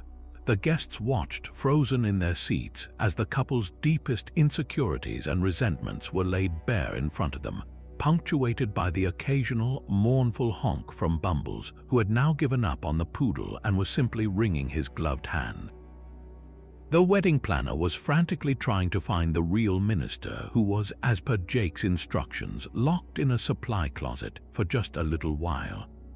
The photographer, operating on a professional autopilot that prioritized documentation over propriety, captured every devastating moment: the bride's tear-streaked face, the groom's defensive posture, the clown's painted-on look of tragic concern. After several minutes of this very public dismantling of their relationship, Isabel finally reached a breaking point. She ripped the delicate veil from her hair, threw it to the ground, and looked Jake directly in the eye. "If you think this is what fun is," she said, her voice now clear and cold, "then you can marry the clown." With that, she turned on her heel, gathered the satin train of her dress in one hand, and marched back up the aisle, past the rows of stunned guests and out of the garden, leaving behind a silent crowd, a mortified groom, and one very unemployed clown wondering if he'd still get paid. After the divine intervention of an attempted exorcism and the chaotic spectacle of a clown officiant, our journey into the bizarre takes a sharp turn from the grandiose to the profoundly, wonderfully humble. If you thought a bacon dress or a bear attack was as grounded as these stories could get, prepare for a celebration that found its heart not in a cathedral or a botanical garden, but in the unmistakable yellow and black lettering of a 24-hour diner. This is the tale of a couple whose love story was forged in the fluorescent-lit, coffee-scented sanctuary of a Waffle House at 3 o'clock in the morning, and who saw no reason to pretend their union had begun anywhere else. Their origin was a classic tale of late-night desperation and serendipity. He was a grad student pulling an all-nighter, delirious from textbooks and caffeine crashes. She was a nurse just finishing a brutal double shift, still in her scrubs and running on fumes. They both found themselves at the same nearly empty Waffle House, seeking the kind of existential salvation that only a pile of greasy hash browns can provide. They ended up sharing a condiment caddy, struck up a conversation over the last packet of hot sauce, and spent the next 3 hours talking about everything and nothing, the world outside the windows fading away as the sun came up. For them, that sticky vinyl booth wasn't just a place to eat, it was the hallowed ground where their future began. So when it came time to plan their wedding, the choice was obvious. They would return to the source, to booth number 4, and say their vows surrounded by the clatter of the grill and the soulful sounds of the short order cook calling out an order. The logistics of a Waffle House wedding are, as you might imagine, a study in creative adaptation. The ceremony was scheduled for 2 in the afternoon, a strategic lull between the lunch rush and the evening crowd. There was no floral arch. The couple stood at the end of their special booth, the groom in a simple button-down shirt and the bride in a charming, knee-length white dress that was far more practical for sliding into a confined space. The aisle was the narrow pathway between the counter stools and the booths, meaning the bride's procession involved a delicate sidestepping maneuver past a stack of clean coffee mugs and a mop bucket. The guest list was intentionally tiny, just their parents and the best man and maid of honor, but the venue came with a built-in, if somewhat bewildered, extended family. The regulars, a collection of truckers, night shift workers, and local characters who considered this Waffle House their personal living room, became the impromptu congregation. The scene was a masterpiece of surreal juxtaposition. As the couple held hands and began to exchange their self-written vows, a new customer would wander in, only to stop short at the sight of a wedding ceremony in progress. The initial confusion on their faces would slowly melt into curiosity, and then, more often than not, into a kind of reverent participation. One man in a John Deere cap, who had clearly come in for a quick T-bone steak dinner, quietly took a seat at the counter, removed his hat, and listened intently, his plate of food momentarily forgotten. The two short-order cooks who had been briefed on the event worked with a hushed intensity, the usual sizzle and bang of the grill softened in a gesture of profound, unspoken respect. The officiant, a friend who had been ordained online for the occasion, had to raise his voice slightly to be heard over the hum of the industrial ice machine, but the couple didn't seem to mind.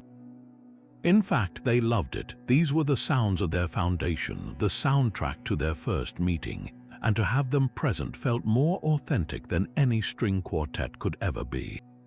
The most magical moment came when the cook, a large man with a kind face named Ray, who had actually served them their fateful meal all those months ago, paused in his work.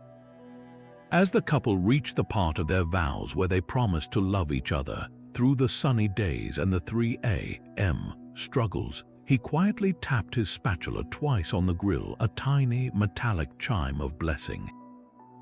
It was a gesture so simple and so perfect that the bride later said it was the most moving part of the entire ceremony. The I do's were exchanged, the kiss was sealed, and a smattering of applause erupted not just from the official wedding party, but from every single person in the diner. The man at the counter clapped so hard he nearly knocked over his sweet tea. The reception, of course, was an all-you-can-eat affair paid for by the groom. There was no champagne tower or multi-tiered cake. Instead, the couple ordered one of every style of hash browns on the menu, scattered, smothered, covered, chunked, topped, diced, peppered, and capped, and passed the platters around for everyone to share. The wedding toast was made with thick, bottomless Waffle House coffee, raised in styrofoam cups. It was a celebration stripped of all pretense, a raw and joyful affirmation that the most meaningful moments in life don't need a fancy backdrop. They just need the right person sitting across from you in the booth, and maybe a side of perfectly crispy hash browns to share. Of all the potential pitfalls a bride might imagine for her wedding day, forgetting the name of the man standing across from her is a nightmare so unlikely it barely registers as a possibility. Yet, for one incredibly nervous young woman named Chloe, this precise, unthinkable scenario became a mortifying reality, transforming a sacred vow into a cringe-worthy spectacle of mental paralysis. The setting was a beautiful, sun-drenched chapel filled with friends and family, all there to witness what they believed would be a flawless union. Chloe had always been a somewhat anxious person, and the mounting pressure of the months of planning, combined with the sheer, overwhelming significance of the moment, had left her in a state of near-constant, low-grade panic. She had rehearsed her lines, of course, repeating the simple phrase, "I, Chloe Marie Thompson, take you Daniel James Miller," over and over in front of her mirror. But in the high-stakes environment of the actual ceremony, with every eye upon her and her heart hammering against her ribs, that carefully memorized script was about to be completely erased. The ceremony proceeded smoothly through its initial stages. The processional was beautiful, the readings were touching, and the couple exchanged loving glances that seemed to promise a lifetime of happiness. Then came the pivotal moment for the declaration of intent, the legal and emotional core of the entire service. The officiant, a gentle-voiced older man, turned to Chloe with a warm, encouraging smile. "Repeat after me," he instructed softly. "I state your full name." Chloe took a deep, shaky breath, her eyes locked on her groom, Daniel. She began, her voice trembling slightly. "Chloe Marie Thompson." She paused, waiting for the next part of the phrase. The officiant nodded and continued. "Take you," he prompted. "Take you," she repeated faithfully. Then came the crucial line. The officiant said, "Daniel James Miller." And in that moment, Chloe's mind did not just go blank, it became a vast, empty chasm. The name Daniel, a name she had whispered in affection, shouted in laughter, and spoken thousands of times, simply vanished. It was as if a file had been permanently deleted from the hard drive of her consciousness. There was no trace of it, no hint or shadow. She stood there, her mouth slightly agape, her brain frantically scrambling through a jumble of disconnected letters and sounds that refused to coalesce into the two simple syllables of her fiancé's name. The initial, brief pause was interpreted by the guests as a poignant, emotional hesitation.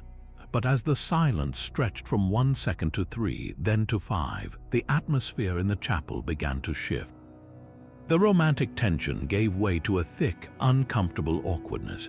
Guests exchanged puzzled glances. A soft, nervous cough echoed from the back row. On the altar, Daniel's beaming, loving smile slowly began to falter. The look of adoration in his eyes was gradually replaced by one of confusion, then by dawning concern. He squeezed her hands gently, a silent gesture meant to reassure her, but it seemed to only intensify her panic. Chloe's eyes widened in sheer, unadulterated terror. She leaned in slightly toward the officiant, her voice dropping to a frantic, strained whisper that was, unfortunately, picked up by the sensitive microphone on the lectern. "What is it?" she hissed, her voice tight with desperation. "What's his name?" The officiant, utterly flummoxed by this unprecedented request, leaned in closer himself, his face a mask of professional composure battling sheer disbelief. He whispered back, just loud enough for the first few rows to hear, "It's Daniel, my dear, Daniel." The prompting, however, seemed to short-circuit her brain further. She heard the name, but it sounded foreign, unfamiliar, like a word from a language she didn't speak. She turned back to Daniel, her face a tragic portrait of shame and panic. The silence was now profound, heavy enough to feel physical. You could hear the rustle of a program, the distant hum of the chapel's air conditioning, the sound of 200 people holding their breath. Daniel's face had completely fallen. The joy had drained from it, replaced by a look of profound hurt and public humiliation. This wasn't a simple case of nerves anymore. It felt, in that agonizingly long moment, like a fundamental rejection, a public admission that she didn't actually know the man she was promising to spend her life with. After what felt like an eternity, the officiant, realizing the situation was not going to resolve itself, took charge. He spoke the full line again, slowly and with exaggerated enunciation, directly into his own microphone, offering her a lifeline. "I, Chloe Marie Thompson, take you, Daniel James Miller." This time, the name seemed to click back into place in her mind, the neural pathways finally reconnecting. With a voice choked with tears of embarrassment, Chloe finally repeated the entire phrase, stumbling over the name, Daniel, as if it were a difficult, foreign word she was reading for the first time. The romantic magic of the moment was utterly, irrevocably shattered. The rest of the ceremony was a tense, mechanical affair. The "I do"s were uttered without eye contact. The exchange of rings felt more like a business transaction than a symbol of eternal love, and the kiss that sealed their union was a quick, perfunctory peck. The applause that followed was not the joyous roar one expects, but a hesitant, sympathetic patter, the sound of people clapping for a couple that had just survived a public trauma rather than celebrating a new beginning. While the marriage was legally binding, its origin story was forever marred by that viral-worthy blooper, a devastatingly awkward 30 seconds that proved even the most deeply ingrained knowledge can be vaporized by the sheer, terrifying weight of wedding day pressure. If you thought a forgotten name or a rogue bear was a reception ruiner, wait until you hear about a party that was crashed not by a wild animal, but by a very real, very serious legal predator. This story proves that cutting corners on your vendor budget can sometimes lead to a bill far more expensive than you ever imagined, delivered in the most public and humiliating way possible. Our couple, a pair of young professionals on a tight budget, had stretched every dollar to afford their dream venue and catering. When it came to the entertainment, however, they faced a difficult choice. The reputable, licensed DJ companies all quoted prices that made them wince, so they decided to take a chance on a guy named Mike, who advertised his services on an online marketplace for a fraction of the cost. His profile was sparse, his demo reel was just a single, shaky cell phone video from a backyard barbecue, and his contract was a flimsy, one-page document that was conspicuously silent on the topic of music licensing. In their minds, a DJ was just someone who played songs from a laptop, and how complicated could that really be? The reception began with high spirits and a seemingly functional DJ. Mike showed up on time, set up his modest equipment, and started playing a stream of current top 40 hits and classic wedding staples. The dance floor was packed, the energy was infectious, and the couple felt a wave of relief, congratulating themselves on their savvy budgeting. They had no idea that every song Mike played, from the latest pop anthem to the timeless Motown track, was being streamed from a personal subscription service or downloaded illegally, with not a single royalty paid to the artists, songwriters, or publishers who own the rights to that music. In the world of music licensing, this is the equivalent of driving a car without insurance. You might get away with it for a while, but if you get caught, the consequences are severe. And the music industry has its own highly efficient highway patrol. Unbeknownst to the reveling guests, the venue had received a tip-off, likely from a competitor or a disgruntled former client of Mike's. This prompted the venue manager to make a discreet phone call to the major music licensing organization, a powerful entity tasked with protecting the intellectual property of its members. These organizations have field agents whose job is to investigate exactly this kind of infringement, and they do not take a casual approach. While the couple and their guests were laughing and dancing, a man in a sober, dark suit was quietly entering the reception hall. He identified himself to the manager, flashed his credentials, and then took a seat at a vacant table near the back, patiently observing the festivities like a hawk circling its prey. He didn't need to make a scene immediately. His goal was to witness the public performance of unlicensed music and identify the responsible parties, the couple who hired the DJ and the venue that hosted the event. The pivotal moment arrived, as it so often does at weddings, during one of the most emotionally charged traditions, the father-daughter dance.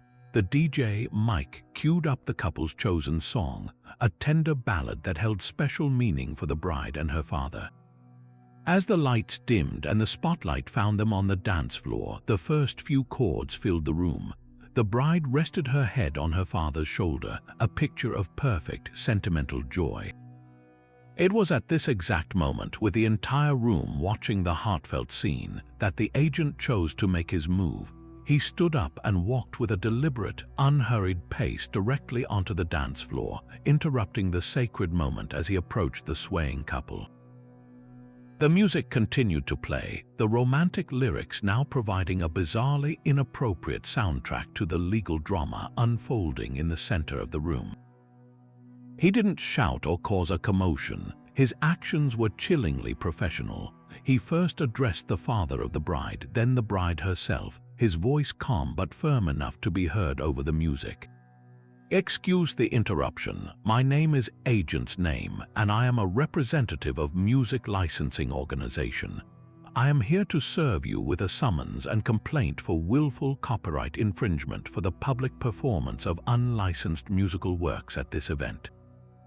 He then handed a thick, formal-looking envelope to the stunned bride, whose face had gone from serene to utterly horrified in a matter of seconds. He then turned and performed the same action with the venue manager, who had rushed over upon seeing the intrusion. The agent's work was swift, precise, and devastatingly effective. He had successfully served his papers at the moment of maximum public exposure, ensuring there would be no denying that the illegal activity was occurring and who was responsible for it. The fallout was immediate and chaotic. The father of the bride, initially confused, quickly became enraged, his special moment with his daughter now permanently tainted. The DJ, Mike, seeing the suit-wanted man, made the logical, if cowardly, decision to pack up his laptop and speakers as quickly as possible and fled the venue, leaving behind a trail of cables and a void of silence where music had once been. The romantic ballad cut out abruptly, leaving the reception hall in a stunned, awkward quiet. The celebration was effectively over. The rest of the evening was spent not dancing and drinking, but in frantic, hushed conversations with the venue manager and panicked phone calls to a family lawyer. The couple learned a brutal and expensive lesson that night. The fines for copyright infringement are not a slap on the wrist. They can run into the tens of thousands of dollars per song played, and with an entire reception's worth of music on the docket, the potential financial liability was staggering enough to threaten their financial future before their married life had even properly begun. Their story serves as a stark warning to every couple planning a wedding. When it comes to your vendors, especially your entertainment, you truly do get what you pay for, and sometimes the cheapest option can end up costing you more than you ever thought possible. For a groom who lived his entire life on the edge, a simple walk down the aisle felt about as exciting as watching paint dry. His name was Kyle, and his identity was built on a foundation of skydiving, base jumping, and any activity that involved hurtling towards the earth at terminal velocity. So when it came to planning his wedding, he knew his entrance had to be more than just a procession. It needed to be a spectacle, a statement that would perfectly encapsulate his fearless spirit. He proposed an idea to his bride, Hannah, that was as audacious as it was simple. He would arrive at their outdoor vineyard ceremony not by car, but by air, parachuting directly onto the lush green lawn in front of the assembled guests. Hannah, a far more grounded individual, was initially horrified by the proposal.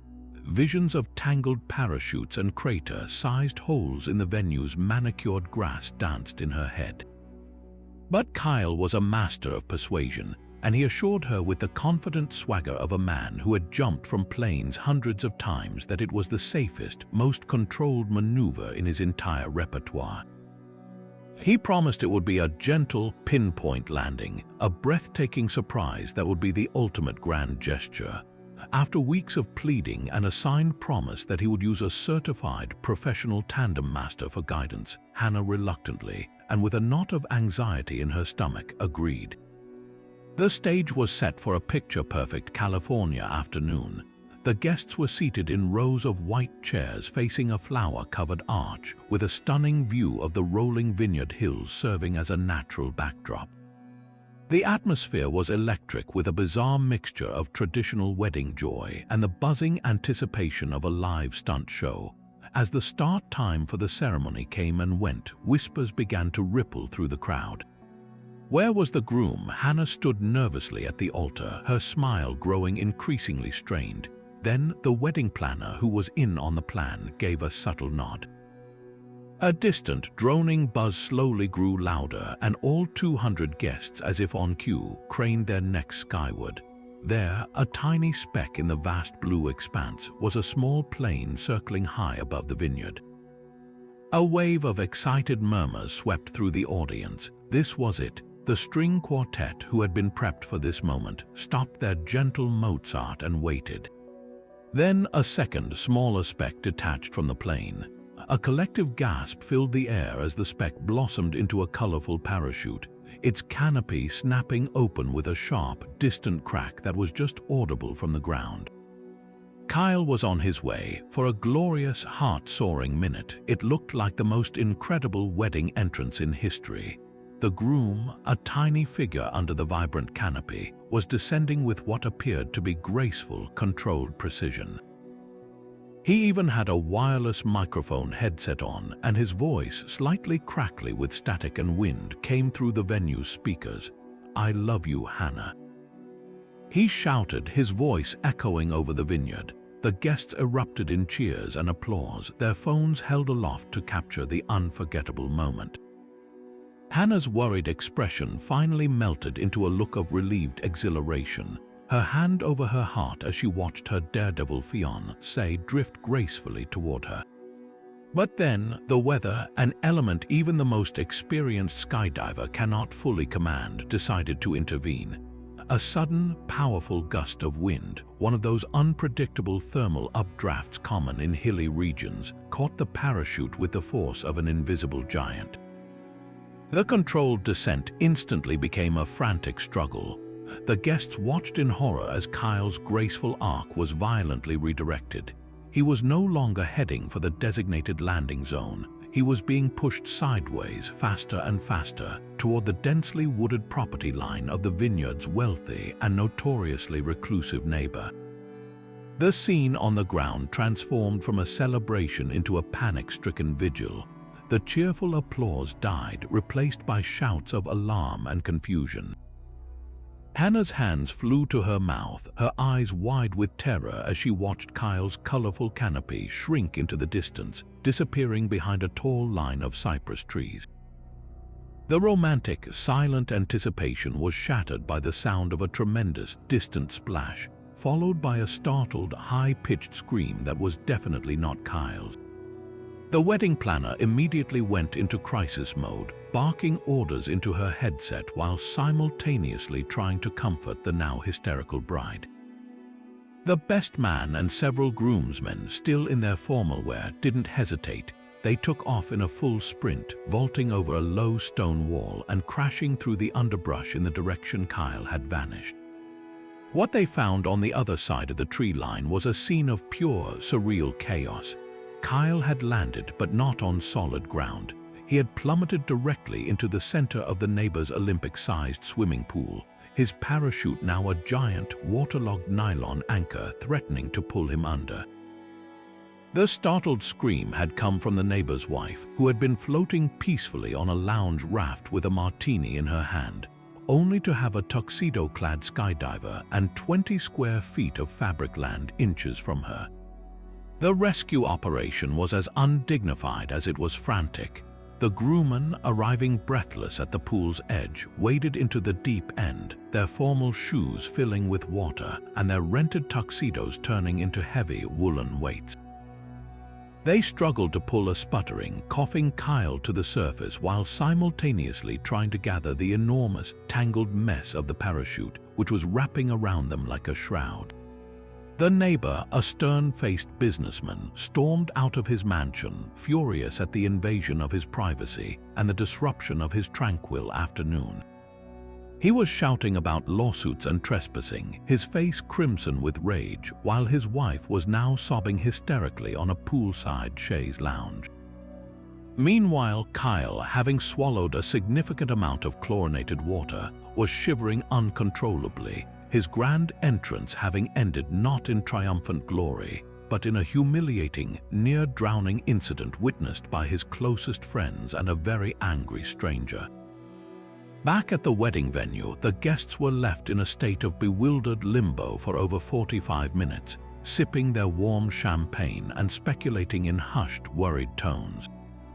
The ceremony, of course, started over 2 hours late, when a damp, disheveled, and profoundly embarrassed Kyle was finally escorted back to the venue, having borrowed a pair of the neighbor's ill-fitting sweatpants. The romantic magic was long gone.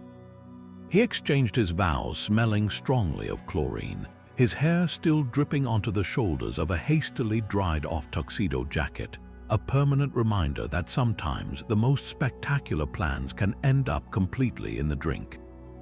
While many fathers look forward to the daddy-daughter dance as a quiet, sentimental moment, one father of the bride saw it as the ultimate platform for his particular brand of comedy. This man, a notorious practical joker whose entire life seemed to be a never-ending audition for a hidden camera show, believed that solemn traditions were merely suggestions, opportunities for improvisation waiting to be hijacked by a good gag. He had built his relationship with his daughter, a woman we'll call Emma, on a foundation of lovingly exasperating pranks, from replacing family photos with awkward school portraits to filling her car with balloons on her birthday.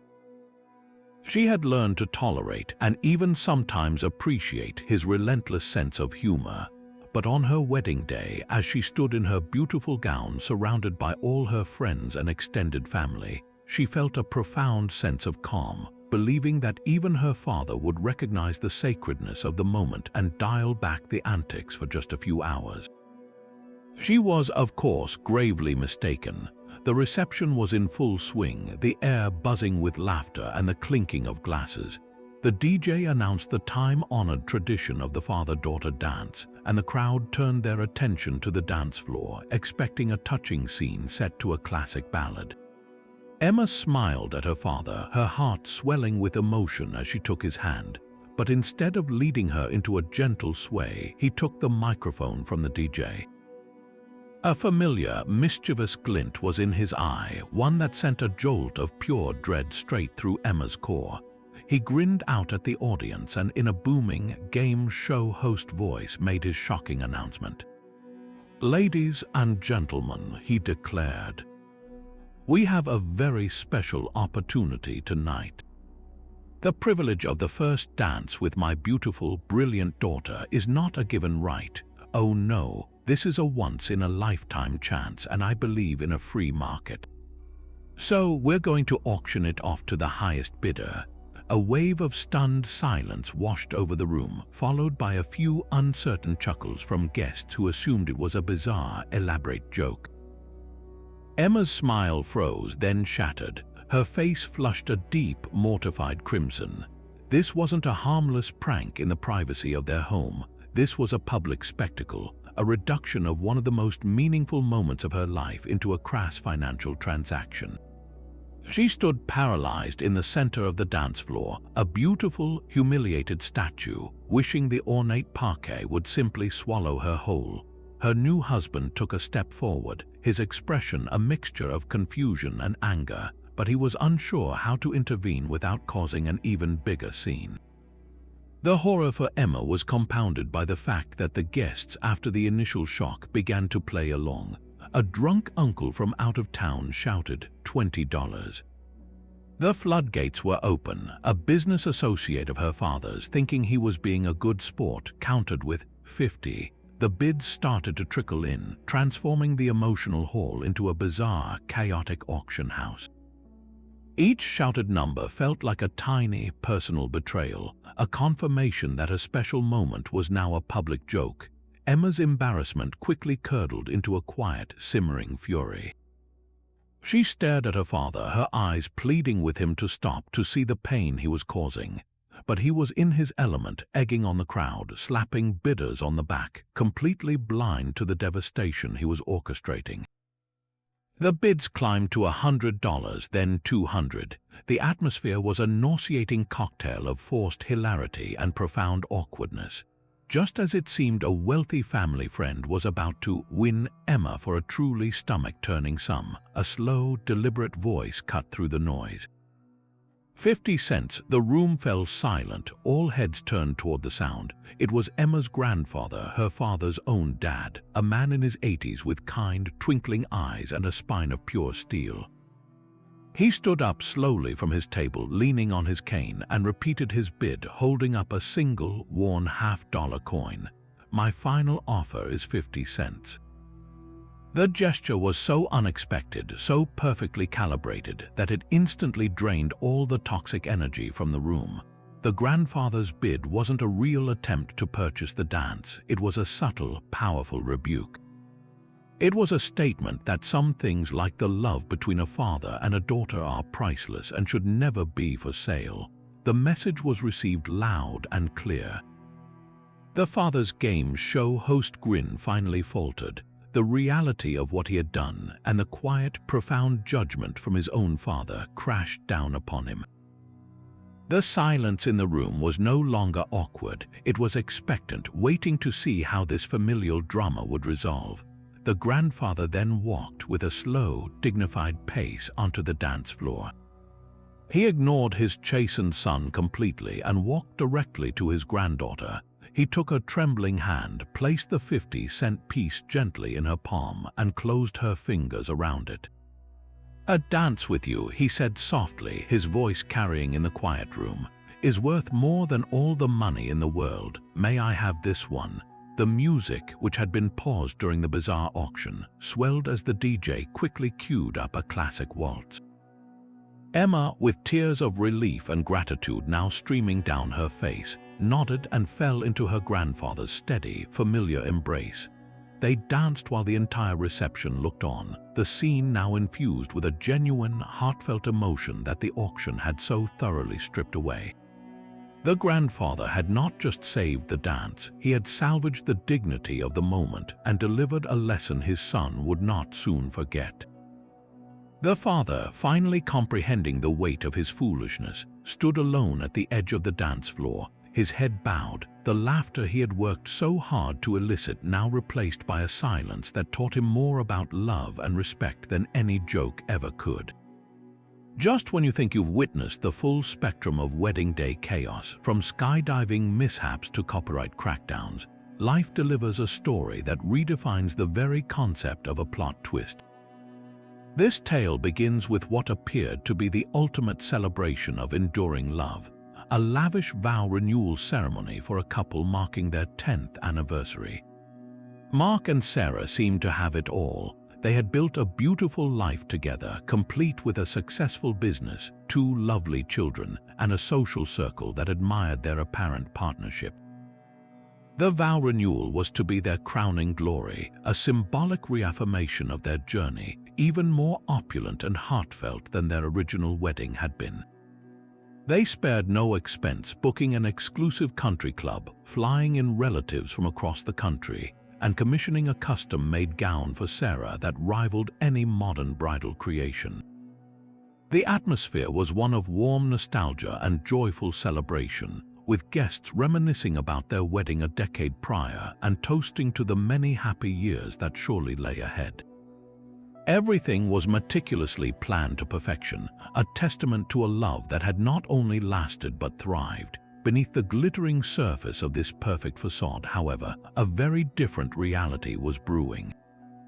In the days leading up to the ceremony, Sarah had been grappling with a nagging intuition, a subtle but persistent feeling that something in her marriage was profoundly off. Mark had been distant, his phone always face down, his passwords newly changed. The classic signs were there, but she had dismissed them as stress from work or the pressures of planning the grand event. The catalyst came the very morning of the vow renewal. While searching for a piece of jewelry in Mark's home office, a place she rarely ventured, she needed to plug in her phone and moved his laptop. The screen flickered to life, and there, left open and completely exposed, was an active email thread. It wasn't just a flirtatious exchange, it was a detailed, explicit, and emotionally intimate correspondence with her own younger cousin, a woman who had been a guest in their home countless times and was in fact seated in the front row of the ceremony at that very moment. The messages spanned months, discussing their secret liaisons, mocking Sarah's naivete, and even making crude jokes about the upcoming vow renewal, which they referred to as the perfect cover. The emotional whiplash of that discovery was catastrophic. In an instant, a decade of shared memories, trust, and love was incinerated. The beautiful gown hanging in her closet felt like a costume in a cruel play. The smiling photographs around the house became lies framed in silver. A lesser person might have collapsed, called off the event, or confronted him in private. But as the shock solidified into a cold, sharp fury, Sarah made a decision that was as calculated as it was devastating. She would not grant him the dignity of a quiet dissolution. He had planned a public celebration of his deception, and she would give him a public reckoning. She decided the show would go on, but the script was about to be rewritten by her alone. She calmly got ready, applied her makeup with steady hands, and put on the stunning, expensive gown, a symbol of the life he had betrayed. She greeted their guests with a serene, if slightly detached, smile, all while carrying the nuclear truth silently within her, waiting for the perfect moment to detonate it. The ceremony proceeded with all the solemnity and beauty one would expect. They stood before their friends and family, their children serving as the ring bearer and flower girl.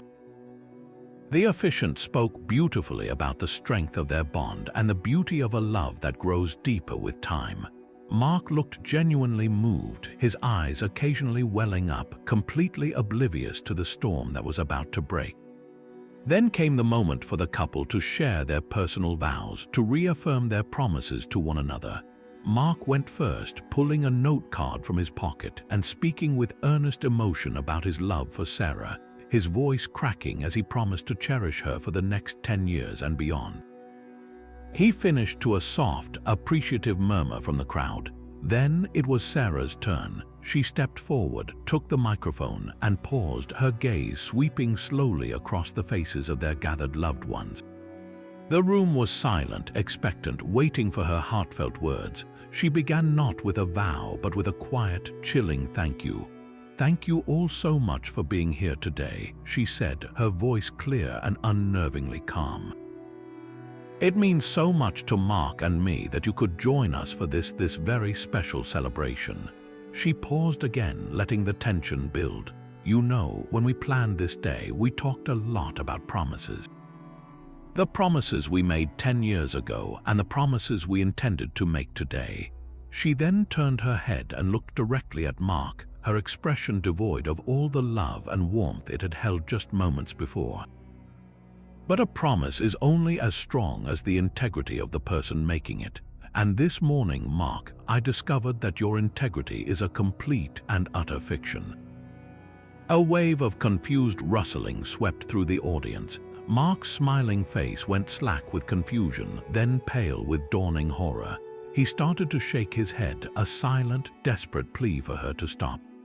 She did not stop. She held up her own phone, the screen glowing for all to see. "I found your emails, Mark," she announced, her voice projecting with cool, clinical precision.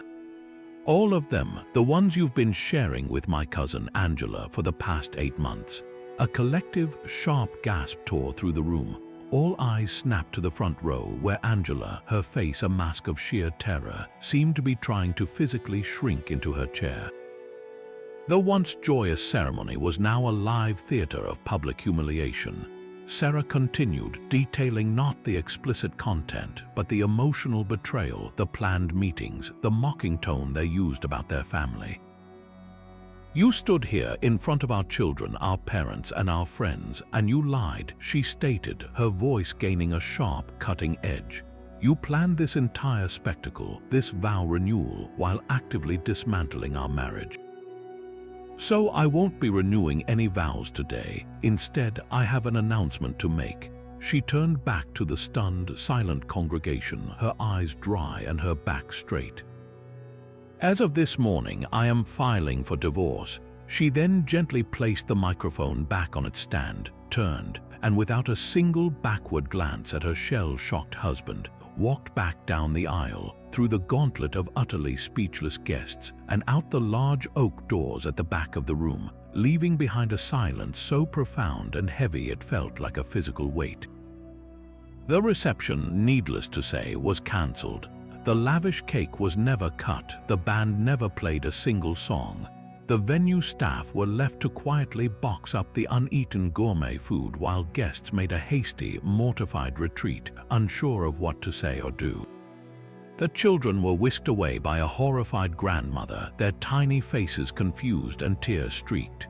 Mark was left standing alone at the altar, the beautifully written vows still clutched in his trembling hand, the architect of his own spectacular public ruin. In the span of 3 minutes, Sarah had transformed a monument to their love into the scene of its execution. proving that the most shocking wedding stories aren't always about beginnings, but sometimes about the most brutally decisive of endings. Imagine the sheer, life-altering euphoria of believing you've just won the lottery. For one couple, that fleeting, dizzying high became the foundation for a tragedy of errors, so profound it makes ordinary financial missteps look like minor accounting errors. This story is not about a runaway groom or a bear attack, but about a different kind of predator altogether. A mirage of wealth that devoured their future in one spectacular public feast. It all began with a routine convenience store purchase. The groom, a man we'll call Kevin, was an eternal optimist who played the same set of numbers every week, a combination of birthdays and anniversaries that felt destined for greatness. One Wednesday evening, he stopped for gas and on a whim checked the previous night's drawing on his phone while standing in line. His eyes scanned the screen and his heart simply stopped. The numbers, his numbers, they were all there, blinking back at him from the tiny screen, or so he believed. In his breathless, trembling excitement, he misread a single, crucial digit, a 6 that was actually an 8. His brain, flooded with adrenaline and decades of wishful thinking, completed the picture of a perfect match. He had won. He had actually won. He didn't double-check. He didn't calmly walk outside and verify the numbers against the physical ticket in his wallet. He burst out of the store, whooping with joy, and immediately called his fiancée, Sophia. Through tears of disbelief and hysterical laughter, he delivered the news that would unravel their lives. They were multi-millionaires. The following hours were a blur of delirious celebration and reckless, life-altering decisions. Fueled by the absolute certainty of their new status, they decided that their modest backyard barbecue wedding plan was now an insult to their fortune. Why wait? That very night, from the couch of their rented apartment, they began spending money that existed only in their shared delusion. They booked the most exclusive, opulent hotel ballroom in the city, a venue that normally required bookings 2 years in advance, paying a massive, non-refundable deposit with a high-limit credit card they had been nervously keeping for emergencies. They called a world-renowned wedding planner, promising her an unlimited budget. They sent out a mass email to their entire guest list, a document that read like a fantasy novel. The wedding was now a destination event in Napa Valley, and all travel, accommodations, and expenses for every single guest were to be covered by the happy couple. The RSVP came flooding in, not just from family, but from distant acquaintances and old college friends they hadn't spoken to in years, all thrilled at the prospect of an all-expenses-paid vacation. The spending spiral accelerated at a terrifying pace. Believing money was now no object, they lost all connection to fiscal reality. Sophia found her dream dress, a $25,000 custom couture gown, and ordered it without a second thought. Kevin, wanting to surprise her, secretly booked her favorite band from the 1990s, a one-hit wonder group that commanded a 6-figure performance fee for reuniting for a single night. They selected the most extravagant menu from the caterer, featuring Wagyu beef, copious amounts of imported champagne, and a 7-tiered cake decorated with edible gold leaf. They hired a team of videographers to produce a cinematic wedding film and booked a luxury villa for their honeymoon in Bora Bora. Every decision was made with the glorious, unshakable confidence of those who believe the universe has just handed them a blank check. They signed contracts, put down deposits, and maxed out every line of credit they had, viewing the mounting debt not as a danger, but as a temporary bridge soon to be washed away by a river of cash. The brutal awakening came exactly 1 week later. The real lottery drawing occurred, and the official numbers were published in the newspaper. Kevin, eager to finally begin the process of claiming his prize, sat down at the kitchen table with the physical ticket and the paper. He lined up the numbers, his smile wide and ready, and then his blood ran cold. The sequence was wrong. He blinked, rubbed his eyes, and checked again. The number in the third position wasn't the 6 from his ticket, it was an 8. A sickening, vertiginous wave of nausea washed over him. He grabbed his phone, pulled up the website he had checked a week prior, and saw his catastrophic error. The site had listed the numbers for the previous months, drawing in a small, easy-to-miss banner ad at the top of the page, and he, in his haste, had seen his numbers listed and assumed it was the current jackpot. There was no win, there was only a mountain of debt so high they could never hope to climb it. The days that followed were a silent, horrifying nightmare. The wedding was now just 2 weeks away. They had to confess to their families, who were equally horrified and devastated, but canceling seemed impossible. The non-refundable deposits totaled over $100,000. The flights for their guests had already been booked on their credit cards. The shame and humiliation of calling everyone to say it was all a mistake felt somehow worse than going through with the wedding and facing the financial apocalypse afterward. In a state of numb, catastrophic shock, they made the incomprehensible decision to proceed. They would have the wedding of a lifetime, a beautiful, perfect one-night fantasy, and then declare bankruptcy first thing Monday morning. The ceremony itself was a bizarre, out-of-body experience. The guests, oblivious to the truth, were swept up in the sheer luxury of the event, toasting the couple's incredible luck and generosity. The bride and groom smiled and danced, their eyes hollow, going through the motions of a celebration that felt like their own funeral. Every clink of a champagne flute was the sound of another $1,000 they didn't have. Every bite of the exquisite food tasted like ash. The climax of the tragedy arrived halfway through the reception.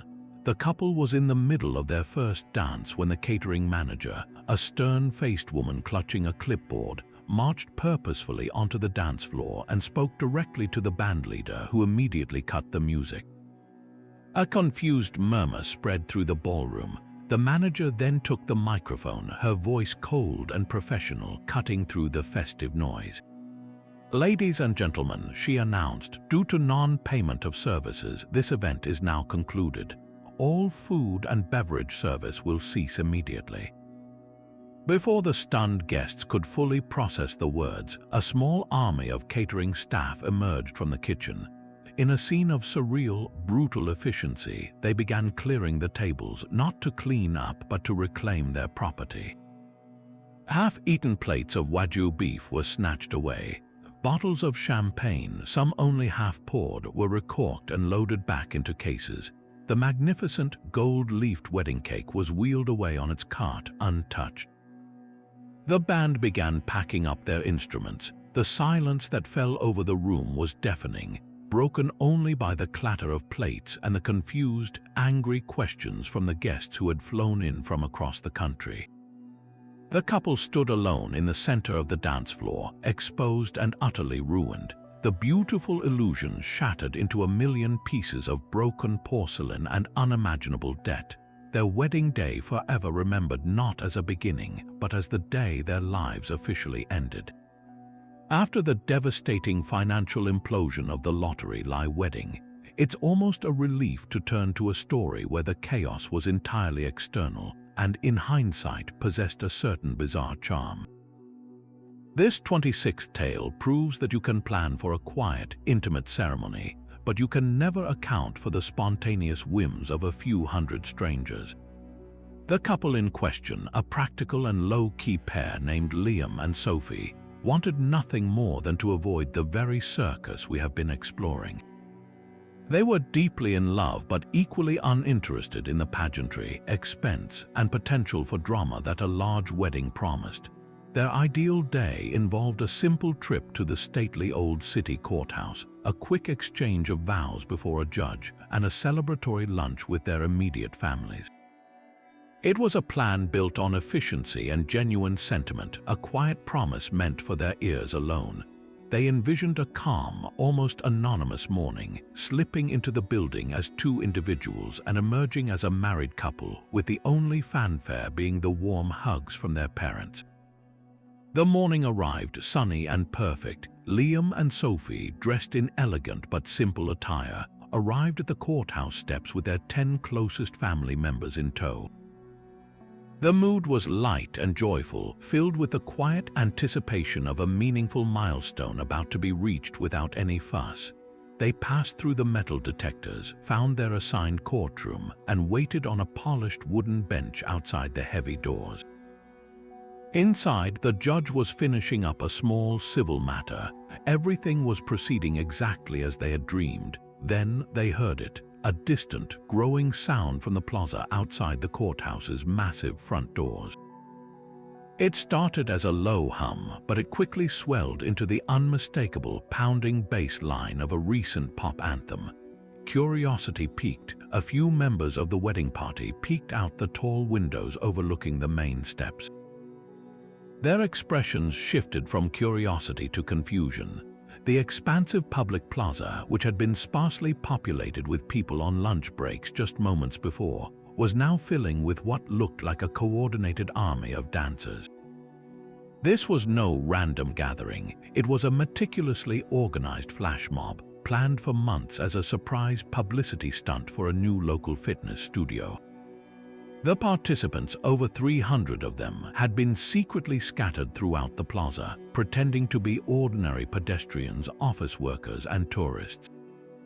At the precise moment the song's first chorus hit through a powerful, hidden sound system, they all converged into a single, pulsing entity. The transformation was instantaneous and overwhelming. The music blasted so loudly that the vibrations rattled the courthouse's vintage window panes. From their bench inside, Liam and Sophie could see a sea of people moving in perfect, energetic synchrony, their colorful workout clothes creating a vibrant, swirling mosaic against the gray stone of the civic square. It was an impressive spectacle, but for them, it was rapidly becoming a problem. Their courtroom was one of the closest to the main entrance, and the judge, an elderly man with a reputation for formality, was not going to be pleased with the competition. The court officer finally opened the doors and called them in. The wedding party filed into the solemn, wood-paneled room, taking their positions before the judge's bench. The judge, looking slightly annoyed, began the standard preambles, but as he spoke, the thunderous beat of the music and the collective shouting of the flash mob participants began to seep through the thick walls, creating a persistent, rhythmic thrum that made it difficult to hear.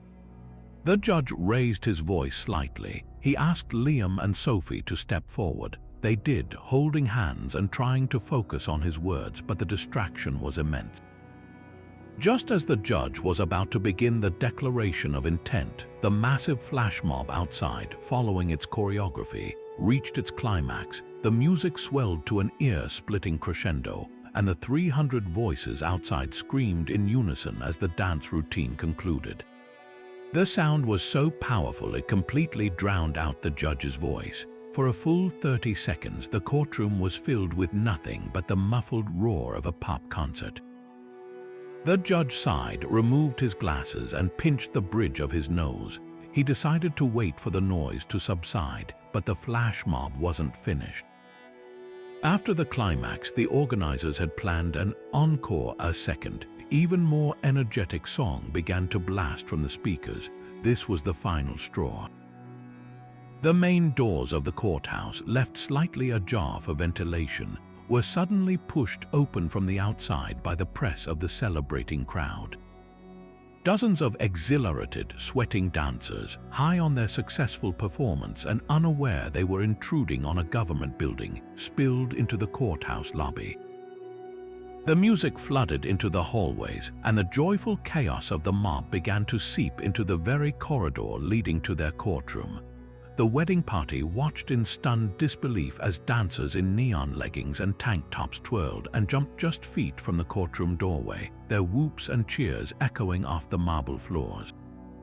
Their simple, quiet 10-minute ceremony had just been crashed by a tidal wave of public jazzercise. What followed was a scene of surreal juxtaposition.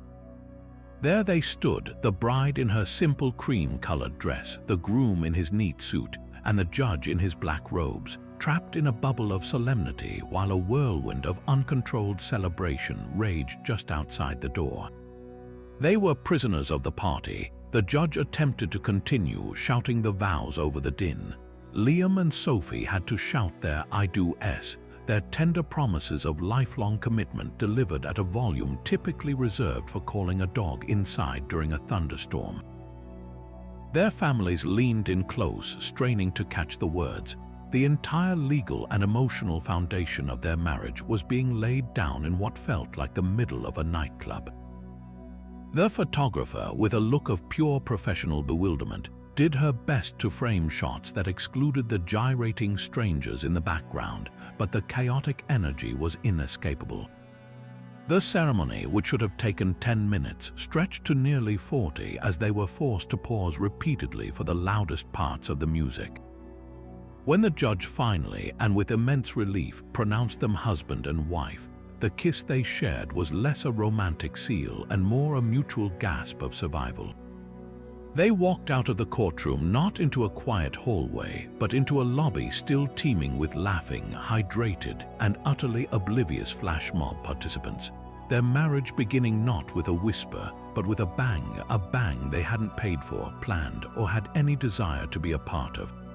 If the flash mob provided an uninvited public soundtrack, the next story offers a far more intimate and slobbery kind of interruption. Picture a groom so devoted to his golden retriever, a lovably oafish creature named Barnaby, that he couldn't envision his wedding day without him playing a central role. This wasn't just about having the dog present. The groom, a man named Chris, was adamant that Barnaby serve as his best man. His actual human best friend was understanding, if a little hurt, but Chris was unwavering. He argued that Barnaby had been his most loyal companion through thick and thin, his confidant during lonely nights, and the one being who never judged him. To Chris, having anyone else in that role would feel like a betrayal of the purest friendship he had ever known. The bride, Emily, adored Barnaby too, but she possessed a more realistic view of the dog's capabilities. She saw a creature whose greatest talents involved chasing squirrels and enthusiastically consuming an entire loaf of bread left on the counter. She tried to suggest a compromise. Perhaps Barnaby could be the ring bearer walking with the human best man. But Chris was swept up in the romance of the idea. He even had a custom-made miniature tuxedo vest tailored for the occasion, complete with a little black bow tie. The wedding day arrived, and Barnaby was, to his credit, an incredibly handsome and charming presence. His golden fur was brushed to a shine, his little tuxedo was a sensation with the guests, and his wagging tail threatened to clear entire cocktail tables with its sheer, joyful force. The ceremony was set in a beautiful, sloping backyard garden. As the processional music began, the human best man walked down the aisle holding Barnaby's leash. The dog, for his part, seemed to understand the importance of the moment, or at least the importance of the multitude of strangers who might possibly have bacon in their pockets. He trotted along with a surprising dignity, his head held high, the small velvet pouch containing the 2 wedding rings securely attached to the back of his tuxedo vest. The guests collectively melted, a wave of audible ahwas sweeping through the crowd. It was a perfect picture book scene. Chris stood at the altar, his chest swelling with pride, his eyes glistening as he watched his 2 best friends, one human, one canine, approach. The trouble began when the wedding party reached the front. The human best man, following the plan, unfastened the ring pouch from Barnaby's back. He held it in his hand, ready to present it to the officiant at the appropriate moment. But Barnaby, having completed his walk, was now bored and in search of entertainment. His eyes locked onto the small, intriguingly textured velvet pouch dangling from his friend's hand. To his canine mind, it bore a striking resemblance to his favorite, well-chewed squirrel toy. In a move that was both lightning fast and terrifyingly casual, Barnaby lunged upward, gently but firmly plucking the pouch from the best man's grasp. A nervous chuckle rippled through the audience. It was cute, they thought. The dog just wants to play. Chris laughed, giving Emily a "See, isn't he adorable?" look, but Emily's smile was already strained, her eyes wide with a mother's intuition for impending disaster. What happened next unfolded in horrifying slow motion. Barnaby, pleased with his new prize, dropped to the ground and began to worry the pouch with his teeth. The best man knelt down, speaking in a soothing voice. "Come on, buddy, drop it." But Barnaby interpreted this as the start of a wonderful game of keep away. He gave a playful growl and shook his head, the velvet pouch tearing open under the pressure. The two platinum wedding bands tumbled out onto the grass, glinting in the sun. There was a collective, sharp intake of breath from the wedding party. Before anyone could move, Barnaby's instincts took over. One of the rings, the groom's larger, heavier band, rolled directly in front of his nose. In a single, fluid motion that combined curiosity and the deep-seated retriever urge to retrieve, he scooped it up with his tongue and swallowed it whole. The gulp was audible in the front rows. The scene that followed was one of pure, unscripted panic. The serene garden ceremony was instantly transformed into a veterinary emergency. The officiant froze mid-sentence. The groom's face went from amused to ashen. The bride let out a small, strangled cry. The best man was on his hands and knees, frantically searching the grass for the ring, refusing to believe what he had just witnessed. But it was gone, and everyone knew where it had gone. Barnaby, looking immensely pleased with himself, wagged his tail and panted happily, completely unaware that he had just consumed a piece of jewelry worth several $1,000s and monumental symbolic value. The remainder of the ceremony was a blur. The bride's ring was located and safely secured. The groom's ring, however, was now making its way through Barnaby's digestive tract. Vows were exchanged in a rushed, distracted manner, with Chris repeatedly glancing over at his dog with a look of profound concern. The kiss was less a romantic culmination and more a signal that they could now attend to their gastrointestinal crisis. Immediately after being pronounced husband and wife, the couple, still in their full wedding attire, along with the best man and a very confused Barnaby, piled into a car and sped towards the nearest emergency veterinary clinic.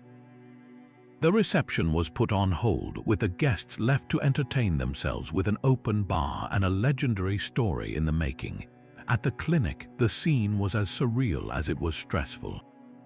A bride in a white gown and a groom in a tuxedo stood in the fluorescent-lit waiting room, explaining to the receptionist that their dog had quite literally eaten their wedding.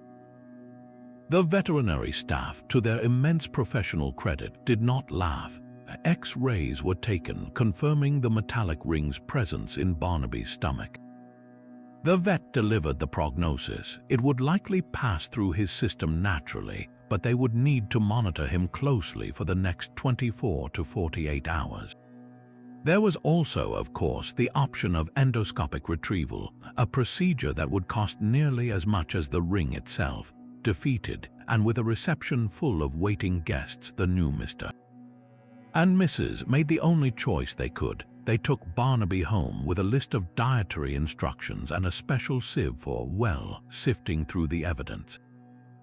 The reception, when they finally arrived hours late, was a strange mix of celebration and a communal vigil for the dog's digestive progress. Toasts were made not just to the couple's health, but to Barnaby's as well. The first dance was shared, but the conversation was dominated by the Great Ring Watch of 2018. In the end, the ring did make a reappearance 2 days later, none the worse for wear after a thorough, and we cannot emphasize this enough, sterilization. It was a story that truly embodied the phrase, for better or for worse, a testament to the fact that when a dog is your best man, you have to be prepared for him to take his responsibilities and your wedding band very, very personally. From the digestive drama of a ring-swallowing dog to a social experiment of truly breathtaking audacity, we arrive at a story that redefines the term awkward wedding party. This particular bride, a woman named Chloe, prided herself on her emotional maturity and modern approach to relationships. She genuinely believed that staying friends with her exes was a sign of a healthy, evolved heart. She wasn't just on good terms with her 3 most serious ex-boyfriends, she considered them some of her closest confidants. In her mind, each relationship had been a beautiful, important chapter in the story that led her to her true soulmate, a kind and somewhat reserved man named David. As she and David planned their wedding, Chloe was struck by what she saw as a beautiful, unifying idea. She wanted her past and her future to stand together in support of her present. And so she made the staggering request. She asked all three of her ex-boyfriends to be groomsmen, right alongside David's own brothers and childhood friends. David was, to put it mildly, deeply uncomfortable with the proposal. The thought of sharing his groom's suite with the men who had previously held the title he now cherished felt like a violation of the day's sanctity. He tried to explain that it would make him feel like he was in a constant state of comparison, that his own joyful anticipation would be shadowed by the ghosts of relationships past. But Chloe was a master of persuasive, therapeutic language. She framed it as the ultimate testament to their secure bond. If we do this, she argued, it proves that our love is so strong, so unshakable, that not even my past can threaten it. It's a symbol of closure and friendship, David. It shows we have nothing to fear. Worn down by her earnest certainty and wanting to be the secure, modern husband she believed him to be, David reluctantly, and with a knot of dread in his stomach, agreed. The tension was palpable from the moment the wedding party gathered for the rehearsal. The three exes, Mark, the ambitious lawyer, Ben, the brooding artist, and Jake, the perpetual charmer, formed an immediate, unspoken alliance. They stood slightly apart from David's actual friends, a trio of shared history and private jokes that deliberately excluded the groom. During the rehearsal dinner toasts, the undercurrents began to surface. Mark, the first ex, stood up and raised his glass. To Chloe, he began, a slick smile on his face.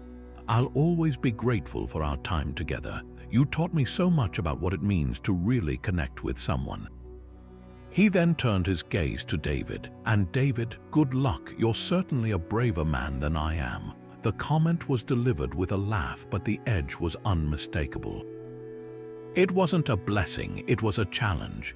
The wedding day itself was a masterclass in sustained, low-grade emotional warfare. The ceremony was beautiful, but all anyone could notice was the lineup of groomsmen. There stood David, trying to focus on his bride, flanked by the three men who had, at various points in Chloe's life, been in his exact position. When the officiant asked, "Who supports this couple in their marriage?" The collective "we do" from the groomsmen felt less like a cheer and more like a complicated legal deposition. The photographers' group shots were a study in forced smiles and rigid posture, with David positioned as the uneasy centerpiece of a romantic timeline he never asked to be a part of. But the reception was where the delicate facade truly crumbled. The toasts from the ex-groomsmen were a parade of thinly veiled references and passive-aggressive nostalgia. Ben, the artist, recounted a story about teaching Chloe to appreciate the raw, unfiltered beauty of a stormy relationship, adding, "I'm glad you found something." David, Jake the charmer, made a joke about how he and Chloe had always shared a spontaneous, unpredictable energy, then looked directly at David and said, "I hope you can keep up with that, buddy." It's a full-time job. David's discomfort was no longer just visible, it was the dominant feature of the reception. He spent the evening with a fixed, tight-lipped smile, his knuckles white as he gripped his champagne flute. Every laugh from Chloe with one of her exes seemed to land like a small blow. He was trapped in a celebration of his own marriage that felt more like a public vivisection of his wife's romantic history, with him as the bewildered new specimen. The final straw came during the bouquet toss. As all the single women gathered, Chloe, in a move that stunned even her most progressive friends, turned and jokingly tossed the bouquet directly into the huddle of her three ex-boyfriend groomsmen. The room erupted in a mix of shocked laughter and horrified gasps. Jake caught it, waving it over his head with a theatrical bow. For Chloe, it was a hilarious, boundary-breaking moment of comedy. For David, it was the ultimate symbol of his irrelevance in his own wedding narrative. He watched the scene unfold, the man who had just pledged his life to her, now a spectator at the Chloe and her ex's show. The moment crystallized the entire day's profound error. In her quest to showcase a past without baggage, she had loaded her wedding with 3 very conspicuous and very talkative pieces of carry-on, leaving the groom feeling like he was just the next in a long and apparently ongoing line. The lengths to which a couple will go to avoid the stress and expense of a traditional wedding can be truly extraordinary. But one pair decided that the best way to eliminate guest drama, seating chart anxiety, and the crushing weight of expectation was to eliminate the single most important piece of information for their attendees, the fact that there was going to be a wedding at all. This is the story of a couple who weaponized the element of surprise, transforming a simple birthday party into a full-blown matrimonial ambush that their guests would never forget. The master plan was a marvel of social deception.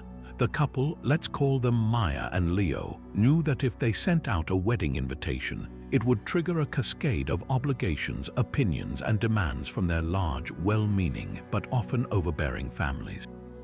They wanted a day that was purely about their joy, free from commentary on the flower arrangements or debates over the chicken versus the fish.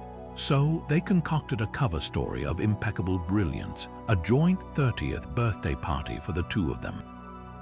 The invitations were pure festive fun, covered in bright, confetti-strewn graphics, boldly announcing a 30th birthday extravaganza. The instructions were simple: come ready for a casual, fun-filled evening of celebration at a local event space.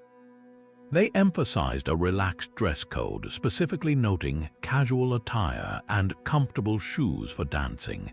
The ruse was flawless. Guests received the invites with delight, expecting an evening of nostalgic music, a slightly too young for them DJ, and a sheet cake with a funny photo of the birthday duo. The day of the party arrived, and the guests, dutifully adhering to the casual dress code, showed up in their best jeans, sundresses, and polo shirts. The first hint that something was amiss came not from the decor but from the atmosphere. As they entered the venue, they were not greeted by the raucous beat of pop music, but by the soft, elegant strains of a string quartet playing classical pieces. The lighting was not the bright, overhead glare of a party hall, but a soft, romantic glow from hundreds of twinkling fairy lights.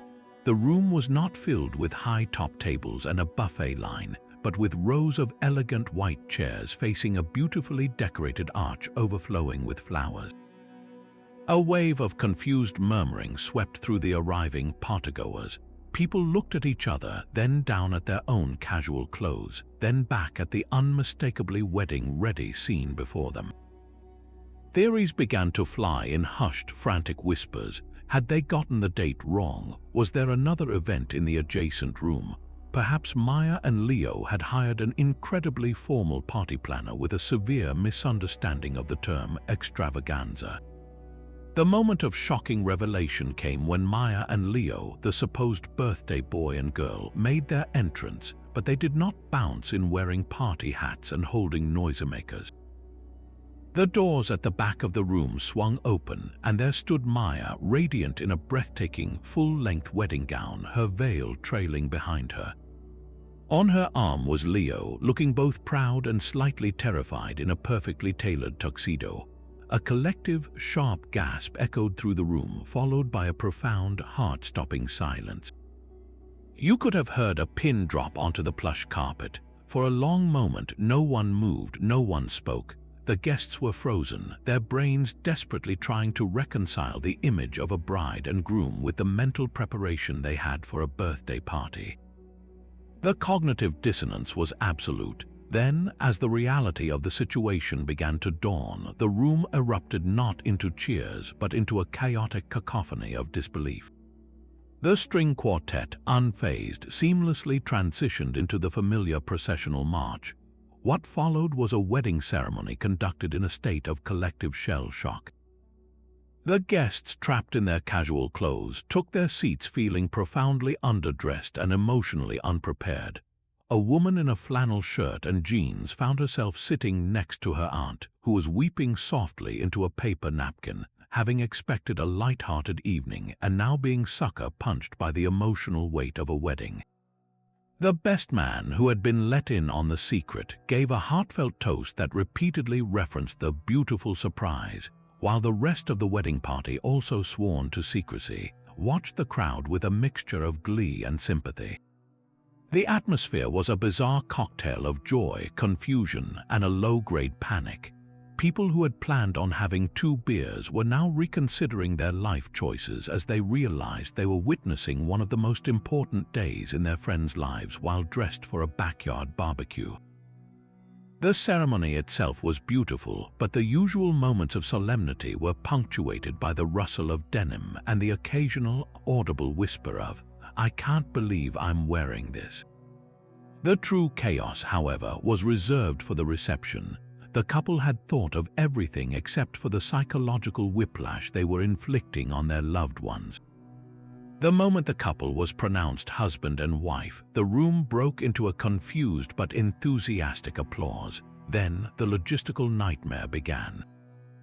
The open bar, which everyone had anticipated as a feature of a birthday party, suddenly became a critical lifeline for guests needing to process the fact that they had just attended a wedding they didn't know was happening. The father of the bride, who had given his daughter away while wearing khaki shorts and boat shoes, was seen making a beeline for the whiskey. The formal receiving line was a masterpiece of social awkwardness, with guests in graphic tees and sandals offering stiff congratulations to the beaming, formally attired couple. The photographer faced the unenviable task of creating a beautiful wedding album filled with group shots where the bridal party was in black tie and the family members looked like they had just come from a hike. The first dance was poignant, but the sight of the bride's magnificent gown swirling amidst a sea of casual Friday attire created a visual dissonance that was impossible to ignore.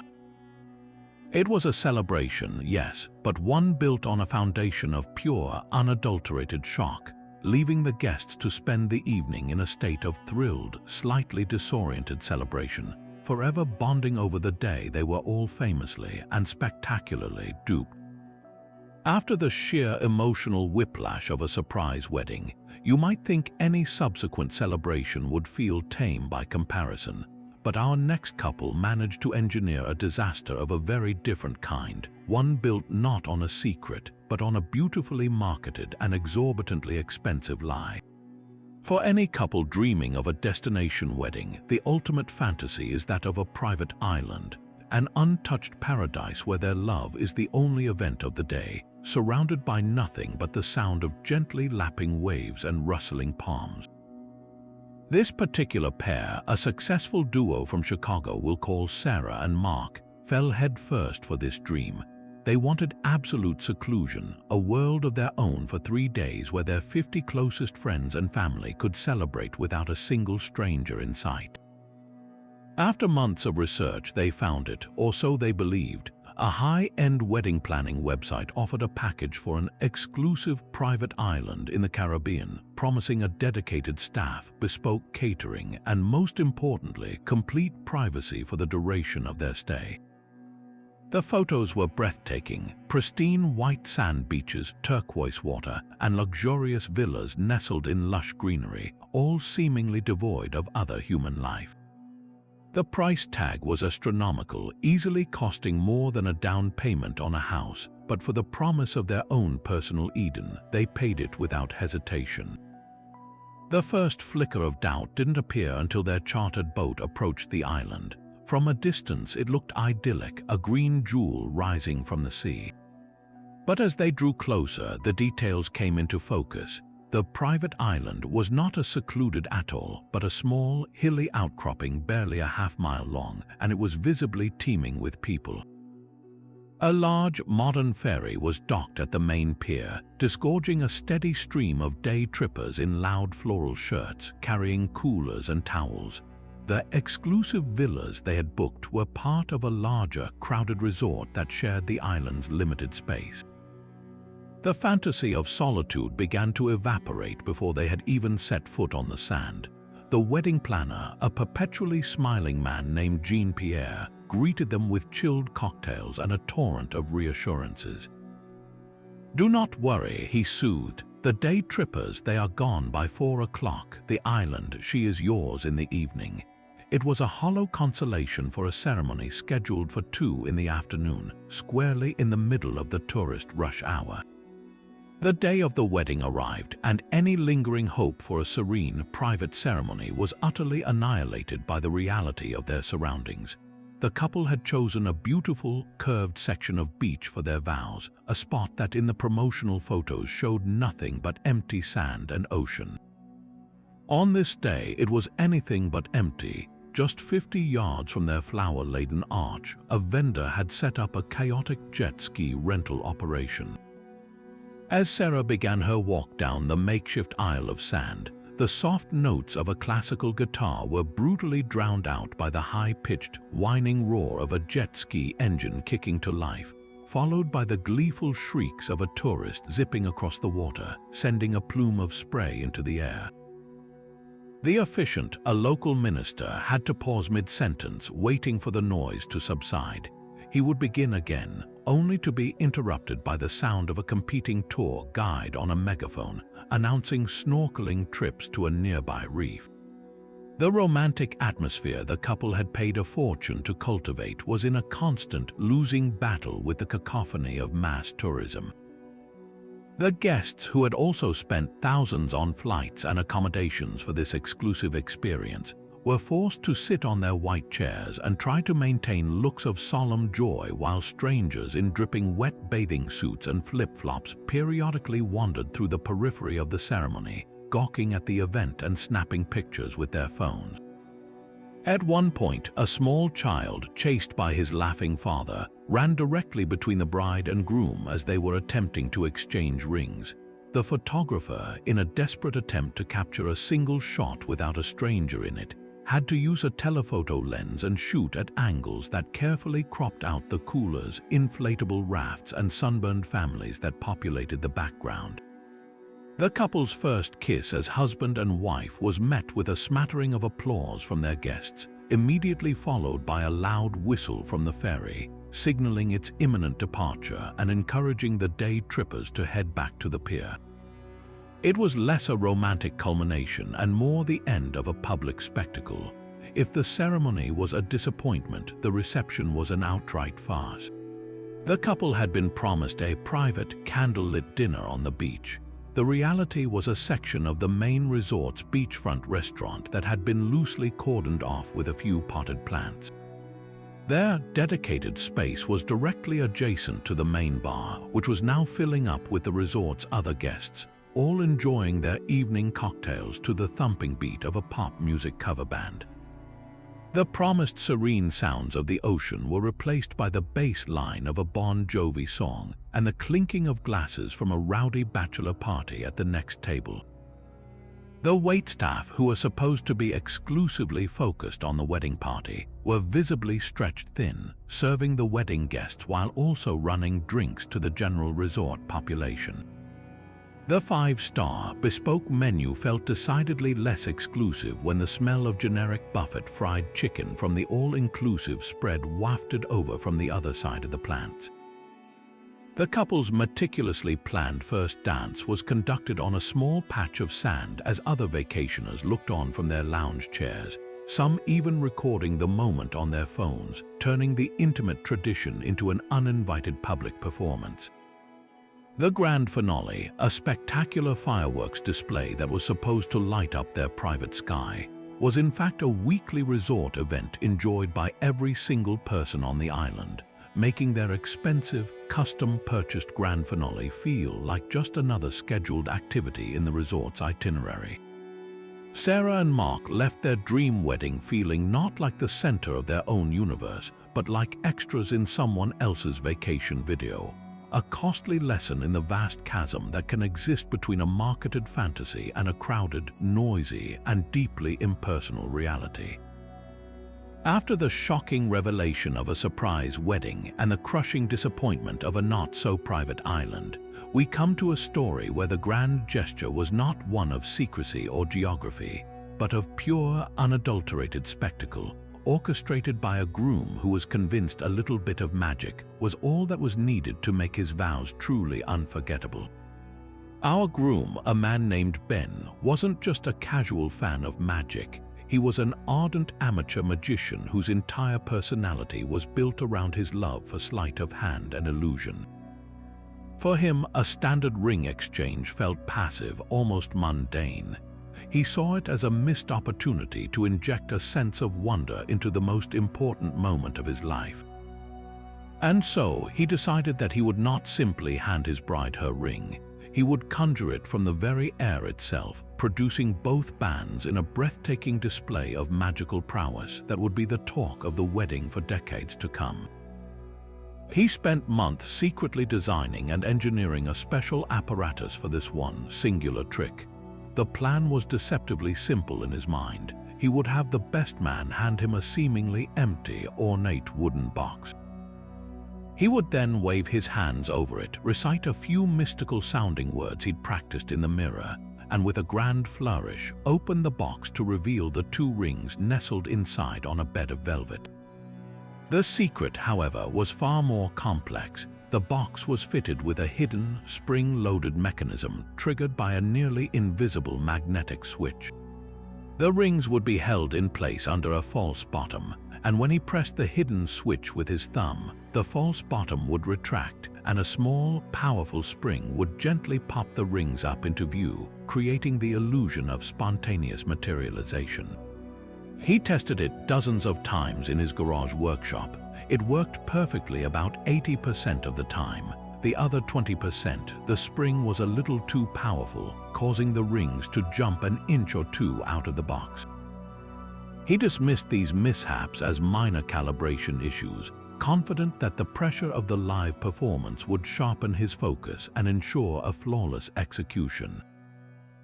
He was, of course, catastrophically wrong. The ceremony was held in a beautiful, traditional church with high vaulted ceilings and impeccable acoustics. The atmosphere was solemn and hushed, filled with the soft glow of stained glass windows and the reverent anticipation of the congregation. Ben stood at the altar, his heart pounding not with nuptial nerves, but with the giddy excitement of a performer about to unveil his masterpiece. His bride, Clara, stood beside him, completely unaware of the high-risk illusion about to unfold. The moment arrived. The officiant nodded to the best man, who, with a knowing and slightly nervous glance at Ben, handed him the beautifully carved wooden box. Ben took it, his hands trembling with a mixture of adrenaline and stage fright. He held it aloft for the guests to see, turning it over to demonstrate its apparent emptiness, a classic magician's move that only heightened the sense of theatrical tension in the sacred space. He began his little speech, his voice echoing slightly in the quiet church. "Clara," he said, his eyes locked on hers, "our love is the greatest magic I have ever known. And just as it appeared in my life when I least expected it, so too shall the symbols of our commitment appear before us today." He then uttered the incantation he'd practiced, a string of pseudo-Latin words that sounded impressive but meant absolutely nothing. He could feel hundreds of eyes upon him, a rapt audience for his grand debut. This was his moment. He positioned his thumb over the hidden magnetic switch on the side of the box. He took a deep breath, poured all his showman's confidence into a final, triumphant smile for Clara, and pressed the button. What happened next was not the gentle, elegant pop he had envisioned. Whether it was the humidity, a flaw in the spring mechanism, or simply the cosmic universe deciding it was time for a joke, the result was pure, unadulterated pandemonium. Instead of a gentle reveal, the mechanism fired with the force of a miniature cannon. The false bottom shot back with a loud, sharp crack, and the two platinum wedding bands were launched from the box as if fired from a slingshot. They became tiny, glittering projectiles, whistling through the air in a high, swift arc over the heads of the stunned bridal party. Time seemed to slow down. Ben's triumphant smile melted into a mask of pure, unadulterated horror. Clara's look of romantic anticipation transformed into wide-eyed disbelief. the rings sailed over the first few rows of guests, their metallic glint catching the light as they descended into the heart of the congregation. One ring landed with a soft thwack on the lapel of the bride's very proper, very stern-faced grandmother before bouncing off and disappearing into the dark space beneath her pew. The other ring ricocheted off the shoulder of a bewildered uncle and then began a frantic, pinball-like journey, pinging off a hymnal, tapping a woman's hat, before finally coming to rest with a faint clink somewhere in the center aisle. For a full 5 seconds there was a dead, profound silence in the church, broken only by the sound of Ben whispering, "Oh no." Then the chaos erupted. The initial shock gave way to a confused murmur which quickly escalated into a full-blown, unscripted treasure hunt. The officiant stood frozen, his mouth agape, his book of ceremonies hanging uselessly at his side. Ben, his face flushed crimson with embarrassment, immediately dropped to his hands and knees on the altar, frantically patting the carpet as if the rings might have teleported back to him. Clara simply buried her face in her bouquet, her shoulders shaking with either silent sobs or suppressed laughter. It was impossible to tell. The best man and groomsmen, realizing the situation, abandoned their posts and waded into the congregation, crawling under chairs and asking guests to lift their feet. "Everyone, please just check around your seats," the best man shouted, his voice strained with panic. The solemn church ceremony was suddenly transformed into a scene from a chaotic Easter egg hunt. Guests were on their hands and knees, peering under pews, shuffling their feet, and lifting purses and jackets. A child, thinking it was a wonderful new game, began enthusiastically crawling between the legs of the adults. The distinctive sound of a hearing aid being accidentally kicked echoed through the nave. After what felt like an eternity, a triumphant cry came from the 10th row. "I found one," shouted a cousin, holding the ring aloft like a victorious archaeologist. A minute later, the grandmother, with a look of supreme disapproval, wordlessly pointed her cane under her pew, where the other ring had rolled against the base of a heater vent, slightly smudged with dust. The rings were returned to the altar, handed back to a mortified Ben, not with ceremony, but with the weary exasperation of a parent returning a lost toy. The rest of the vow exchange was a rushed, flustered affair, the magical wonder utterly replaced by a collective sense of relief and second-hand embarrassment. Ben's attempt to make the moment magical had instead made it memorably chaotic, a hilarious reminder that when you try to pull a rabbit out of a hat at your wedding, you better be absolutely certain you know where the rabbit and the hat are going to end up.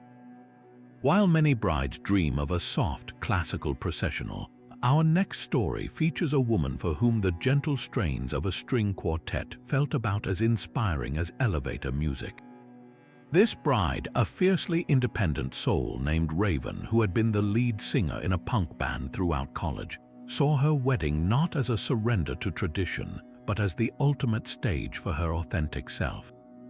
She and her fiancé, a fellow metalhead named Axel, had bonded in a mosh pit, and their entire relationship was a soundtrack of roaring amplifiers and thunderous drums. For Raven, the idea of walking down the aisle to the same Pachelbel's canon that had been used by generations of women before her felt like a betrayal of everything she was. She wanted her entrance to be a declaration, a statement of power and individuality that would set the tone for a marriage built on unapologetic self-expression. And so she made her choice. Her processional would be a blistering, uncompromising heavy metal anthem, a track filled with screeching guitar solos, double bass drum pedals, and her own personal, screamed vocals of triumph. The collision of worlds began not at the ceremony, but in the weeks leading up to it. When Raven casually mentioned her musical selection to her mother, the reaction was one of pure, unadulterated horror. The ensuing family discussions were less conversations and more like tense diplomatic negotiations between two deeply opposed nations. Her mother and father, pillars of their quiet suburban community, envisioned a day of soft pastels and even softer music, a picture of grace and tradition they could proudly display to their friends and relatives. Raven's choice felt to them like an act of deliberate rebellion, a public slap in the face designed to humiliate them. They pleaded, they bargained, they even offered to commission a string quartet to perform a rock medley. But Raven was immovable. To her, this wasn't rebellion, it was integrity. She argued that a wedding should reflect the couple, not their parents, and that her love for Axel was as intense and powerful as the music they loved. The compromise, reached after many tearful phone calls, was a fragile and tense truce. She could have her metal song, but she had to agree to play a shortened, radio edit version to spare the more sensitive ears in the congregation. The stage was set for a ceremony of profound visual and auditory dissonance. The venue was a beautiful, traditional chapel with stained glass windows, polished wooden pews, and an atmosphere of hushed reverence. The guests were a living Venn diagram of two separate universes. On one side sat Axel and Raven's friends, a sea of black leather, band t-shirts, and triumphant, supportive smiles. On the other side sat her family's contingent, a palette of beige, navy, and pearl, their faces etched with varying degrees of nervous apprehension.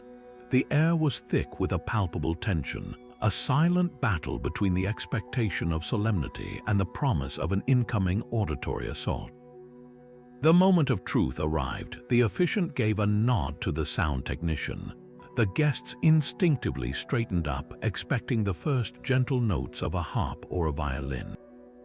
Instead, what erupted from the speakers was a deafening, seismic blast of distorted electric guitar that seemed to physically vibrate the old chapel's foundations.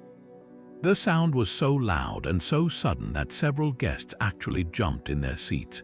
The opening riff was a relentless, pummeling force, a wave of pure sonic energy that washed over the congregation, leaving shock and awe in its wake. And then the doors at the back of the chapel swung open. There stood Raven, but she was no vision in white. She was a powerful silhouette in a stunning, floor-length gown of the deepest black, its fabric catching the light in a way that suggested crushed velvet and midnight. Her hair was styled in an elegant but edgy updo, with strands of dark crimson woven through it. She held a bouquet of deep red roses and black calla lilies. She was not the blushing bride of tradition. She was a queen approaching her throne, her chin held high and a look of fierce, unshakable joy on her face. As she began her slow, deliberate walk down the aisle, the contrast between the setting and the soundtrack was nothing short of breathtaking. The aggressive, complex rhythms of the metal song provided a bizarrely perfect, powerful cadence for her steps. She wasn't just walking, she was marching to the beat of her own drum, literally and figuratively.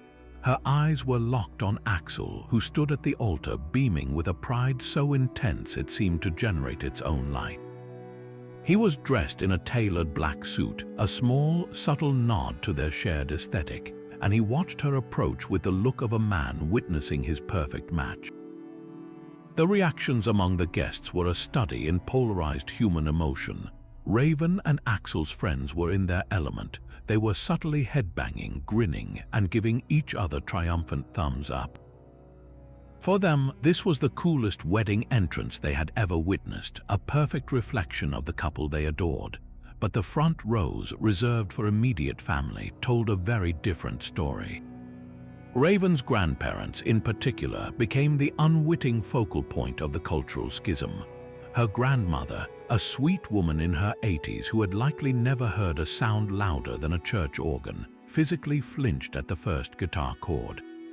As the song intensified, building towards its screeching, vocal-less climax, her face contorted in pained confusion. She slowly, deliberately raised her hands and placed them firmly over her ears, her eyes squeezed shut as if praying for the noise to end. Her grandfather, sitting stoically beside her, simply stared straight ahead, his jaw clenched so tightly it looked as though it might crack, his knuckles white as he gripped the hymnal in his lap. Raven's mother sat beside them, her face a tragic mask of strained politeness, smiling a tight, pained smile that didn't reach her eyes, visibly mortified but determined to see it through for her daughter's sake. It was a heartbreaking and hilarious tableau, a perfect snapshot of a generation gap widened into a chasm by the power of a single song. Yet, for all the wincing and ear covering, something remarkable happened about halfway down the aisle. The initial shock began to wear off, and the raw, unbridled joy on Raven's face became the true center of attention. You could see the moment the emotion of the scene began to transcend the noise for some of the skeptical guests. An aunt who had initially looked horrified found herself subtly tapping a finger against her program to the driving beat. A stuffy uncle cracked a small, reluctant smile, perhaps disarmed by the sheer audacity of it all. By the time Raven reached the altar and the music was finally, mercifully faded out, the silence that followed was not just an absence of sound, but a void filled with a collective, breathless wow. The ceremony proceeded, but the energy in the room had been permanently altered. It was charged, awake, and utterly unique. The clanging heavy metal chords had shattered any pretense of stuffy formality, replacing it with a raw, authentic vibrancy. While it may not have been the processional her family had dreamed of, it was without a doubt the only one that could have truly represented the woman Raven was and the powerful, unconventional love story she was there to celebrate. It was a stark reminder that a wedding march isn't just a piece of music, it's the opening chord of a marriage, and this one promised to be anything but quiet. And so we arrive at our final, and perhaps most quietly surreal, story in this anthology of the absurd. A tale not of explosive chaos or dramatic betrayal, but of a peculiar, almost melancholic devotion. This is the account of a couple whose shared, all-consuming fandom for a specific Holly, Wood Lister, a charismatic leading man known for his charming smile and dramatic roles, formed the very bedrock of their relationship. Their first date was a marathon of his films. Their apartment was a shrine of movie posters and collector's edition box sets. Their shared dream was a life that somehow echoed the glamour and passion they saw flickering on their screen. When it came time to plan their wedding, the idea of a traditional officiant felt utterly wrong. A bland intrusion from a world that didn't understand their particular brand of romance. They wanted their hero, their idol, to preside over their union. The only problem, of course, was that securing the actual, living, breathing actor to fly to their Midwestern town and officiate was a fantasy as remote as the locations in his blockbuster films. But for this couple, a logistical impossibility was not a deterrent, it was a creative challenge, and their solution was one of heartbreakingly literal interpretation. If they couldn't have the man himself, they would have the next best thing. They would be married by his life-sized cardboard likeness. The logistics of this plan were as meticulous as they were bizarre. They sourced a high-quality, professionally printed cardboard cutout from an online retailer, a stunningly accurate 6-foot-tall depiction of the actor in a sharp tuxedo, his face frozen in a permanently supportive half-smile. The next step was the script. They couldn't very well have a silent ceremony, so they spent weeks writing and recording their own audio track. Using a decent microphone and audio editing software, one of their more tech-savvy friends helped them craft a seamless audio file. They recorded all the standard parts of a wedding ceremony, the welcome, the readings, the vows, but they wrote the dialogue to be spoken in the actor's voice, or at least their best impression of it, based on countless hours of listening to his interviews and film roles. They even inserted dramatic pauses just as he might for emotional effect. The final touch was the choreography. They decided that during the vow exchange, they would each speak their lines directly to the two-dimensional figure, as if it were guiding them through this sacred promise. The scene that greeted the guests was one of profound and unsettling strangeness. The ceremony was held in a community hall they had decorated to vaguely resemble a film set, with dramatic lighting and a deep red velvet curtain as a backdrop.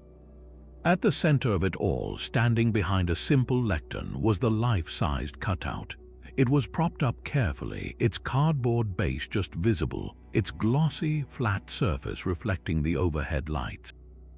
To the couple, it was a stand-in for greatness. To the assembled family and friends, it was a perplexing and slightly sad spectacle. The air was thick with a confused silence, punctuated by the awkward clearing of throats and the rustling of programs. The bride walked down the aisle not to a person, but to a piece of corporate marketing material, her gaze fixed on its unmoving, printed eyes. The groom stood beside it, beaming with genuine pride, seemingly oblivious to the discomfort radiating from the pews. When the ceremony began, the surreal atmosphere intensified. A hidden speaker crackled to life, and the pre-recorded audio began to play. The voice was not the actor's rich baritone, but the slightly nasal, uncertain tone of the groom doing his best impression. "Dearly beloved," the recording began, the words echoing slightly in the hall. "We are gathered here today to celebrate one of life's greatest adventures." The disconnect was jarring. Guests found themselves listening to a homemade audio track while staring at a silent, inanimate object that was supposedly delivering these words. There was no warmth, no spontaneity, no human connection. It was a wedding on autopilot, guided by a phantom voice and witnessed by a paper-thin celebrity. The most cringe-inducing moment came during the exchange of vows. The recording played the lines, "Do you, Mark, take Susan to be your lawfully wedded wife?" There was a deliberate pause on the tape, mimicking the space where a real officiant would wait for a response. The groom, his eyes locked earnestly on the cardboard face, answered with heartfelt emotion, "I do." Then it was the bride's turn, pledging her life and future to a flat, expressionless piece of laminated paper. They were not looking at each other during this pivotal moment. They were directing their most sacred promises to a celebrity standee, their interaction mediated entirely by a recording they had made in their living room weeks earlier. The entire event felt less like a wedding and more like a detailed reenactment performed for an audience of one that wasn't actually there. The cardboard officiant couldn't smile at a funny anecdote, couldn't react to the trembling emotion in their voices, couldn't offer a reassuring nod. It was a void, a black hole of charisma that sucked all the genuine feeling out of the room and left behind a hollow shell of performative fandom. The atmosphere was a bizarre cocktail of second-hand embarrassment and a deep, pervasive sadness. Here were two people professing their very real love for one another, but doing so through the filter of an imaginary relationship with a person who would never know they existed. When the recording finally uttered, "I now pronounce you husband and wife," and the couple leaned in to share their first kiss, the cardboard figure stood by, its frozen smile unchanged, a silent, soulless monument to a love story that seemed to be happening one step removed from reality. The applause that followed was polite but bewildered, the sound of people clapping not just for the new marriage, but for the sheer relief that the deeply awkward ceremony was finally over. It was a wedding that sacrificed human warmth at the altar of celebrity worship, a poignant and unforgettable reminder that while it's wonderful to share passions, the most important person at your wedding should be the one who can actually look back at you. And there you have it, 33 of the most absurd, unbelievable, and downright chaotic wedding stories from across America. From tigers to tattoos, exorcisms to ex-boyfriends, these tales remind us that when it comes to love and marriage, you truly can't make this stuff up. Each story serves as a wild, unpredictable snowflake in the blizzard of matrimony, proving that the human heart, when mixed with a little bit of pressure and a lot of pageantry, can create spectacles that defy all logic and expectation. These aren't just cautionary tales, they are vibrant, living testaments to the fact that a wedding is less a perfectly scripted play and more a high-stakes improvisation where anything from a bear to a bacon dress can unexpectedly walk onto the stage.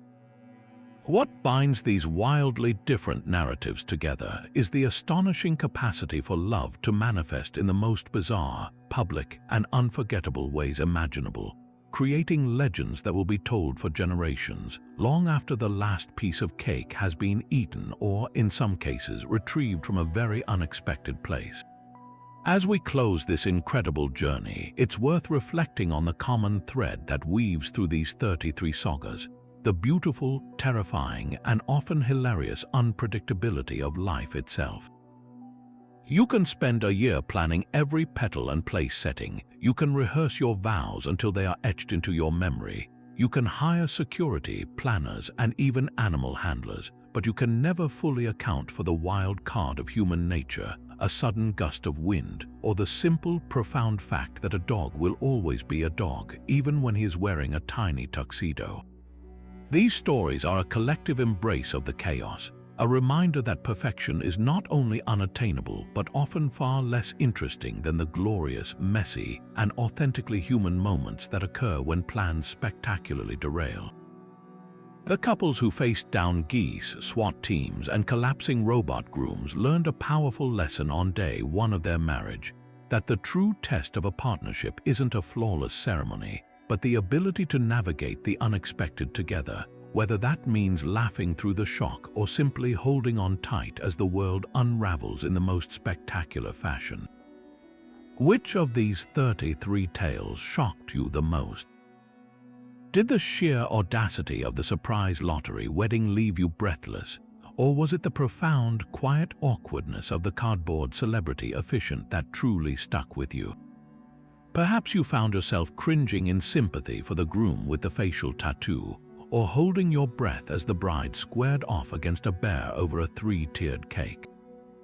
The beauty of this collection is that there is a story for every kind of disbelief. We want to hear from you. Let us know in the comments below which narrative became your personal favorite, the one you will undoubtedly recount to your own friends and family.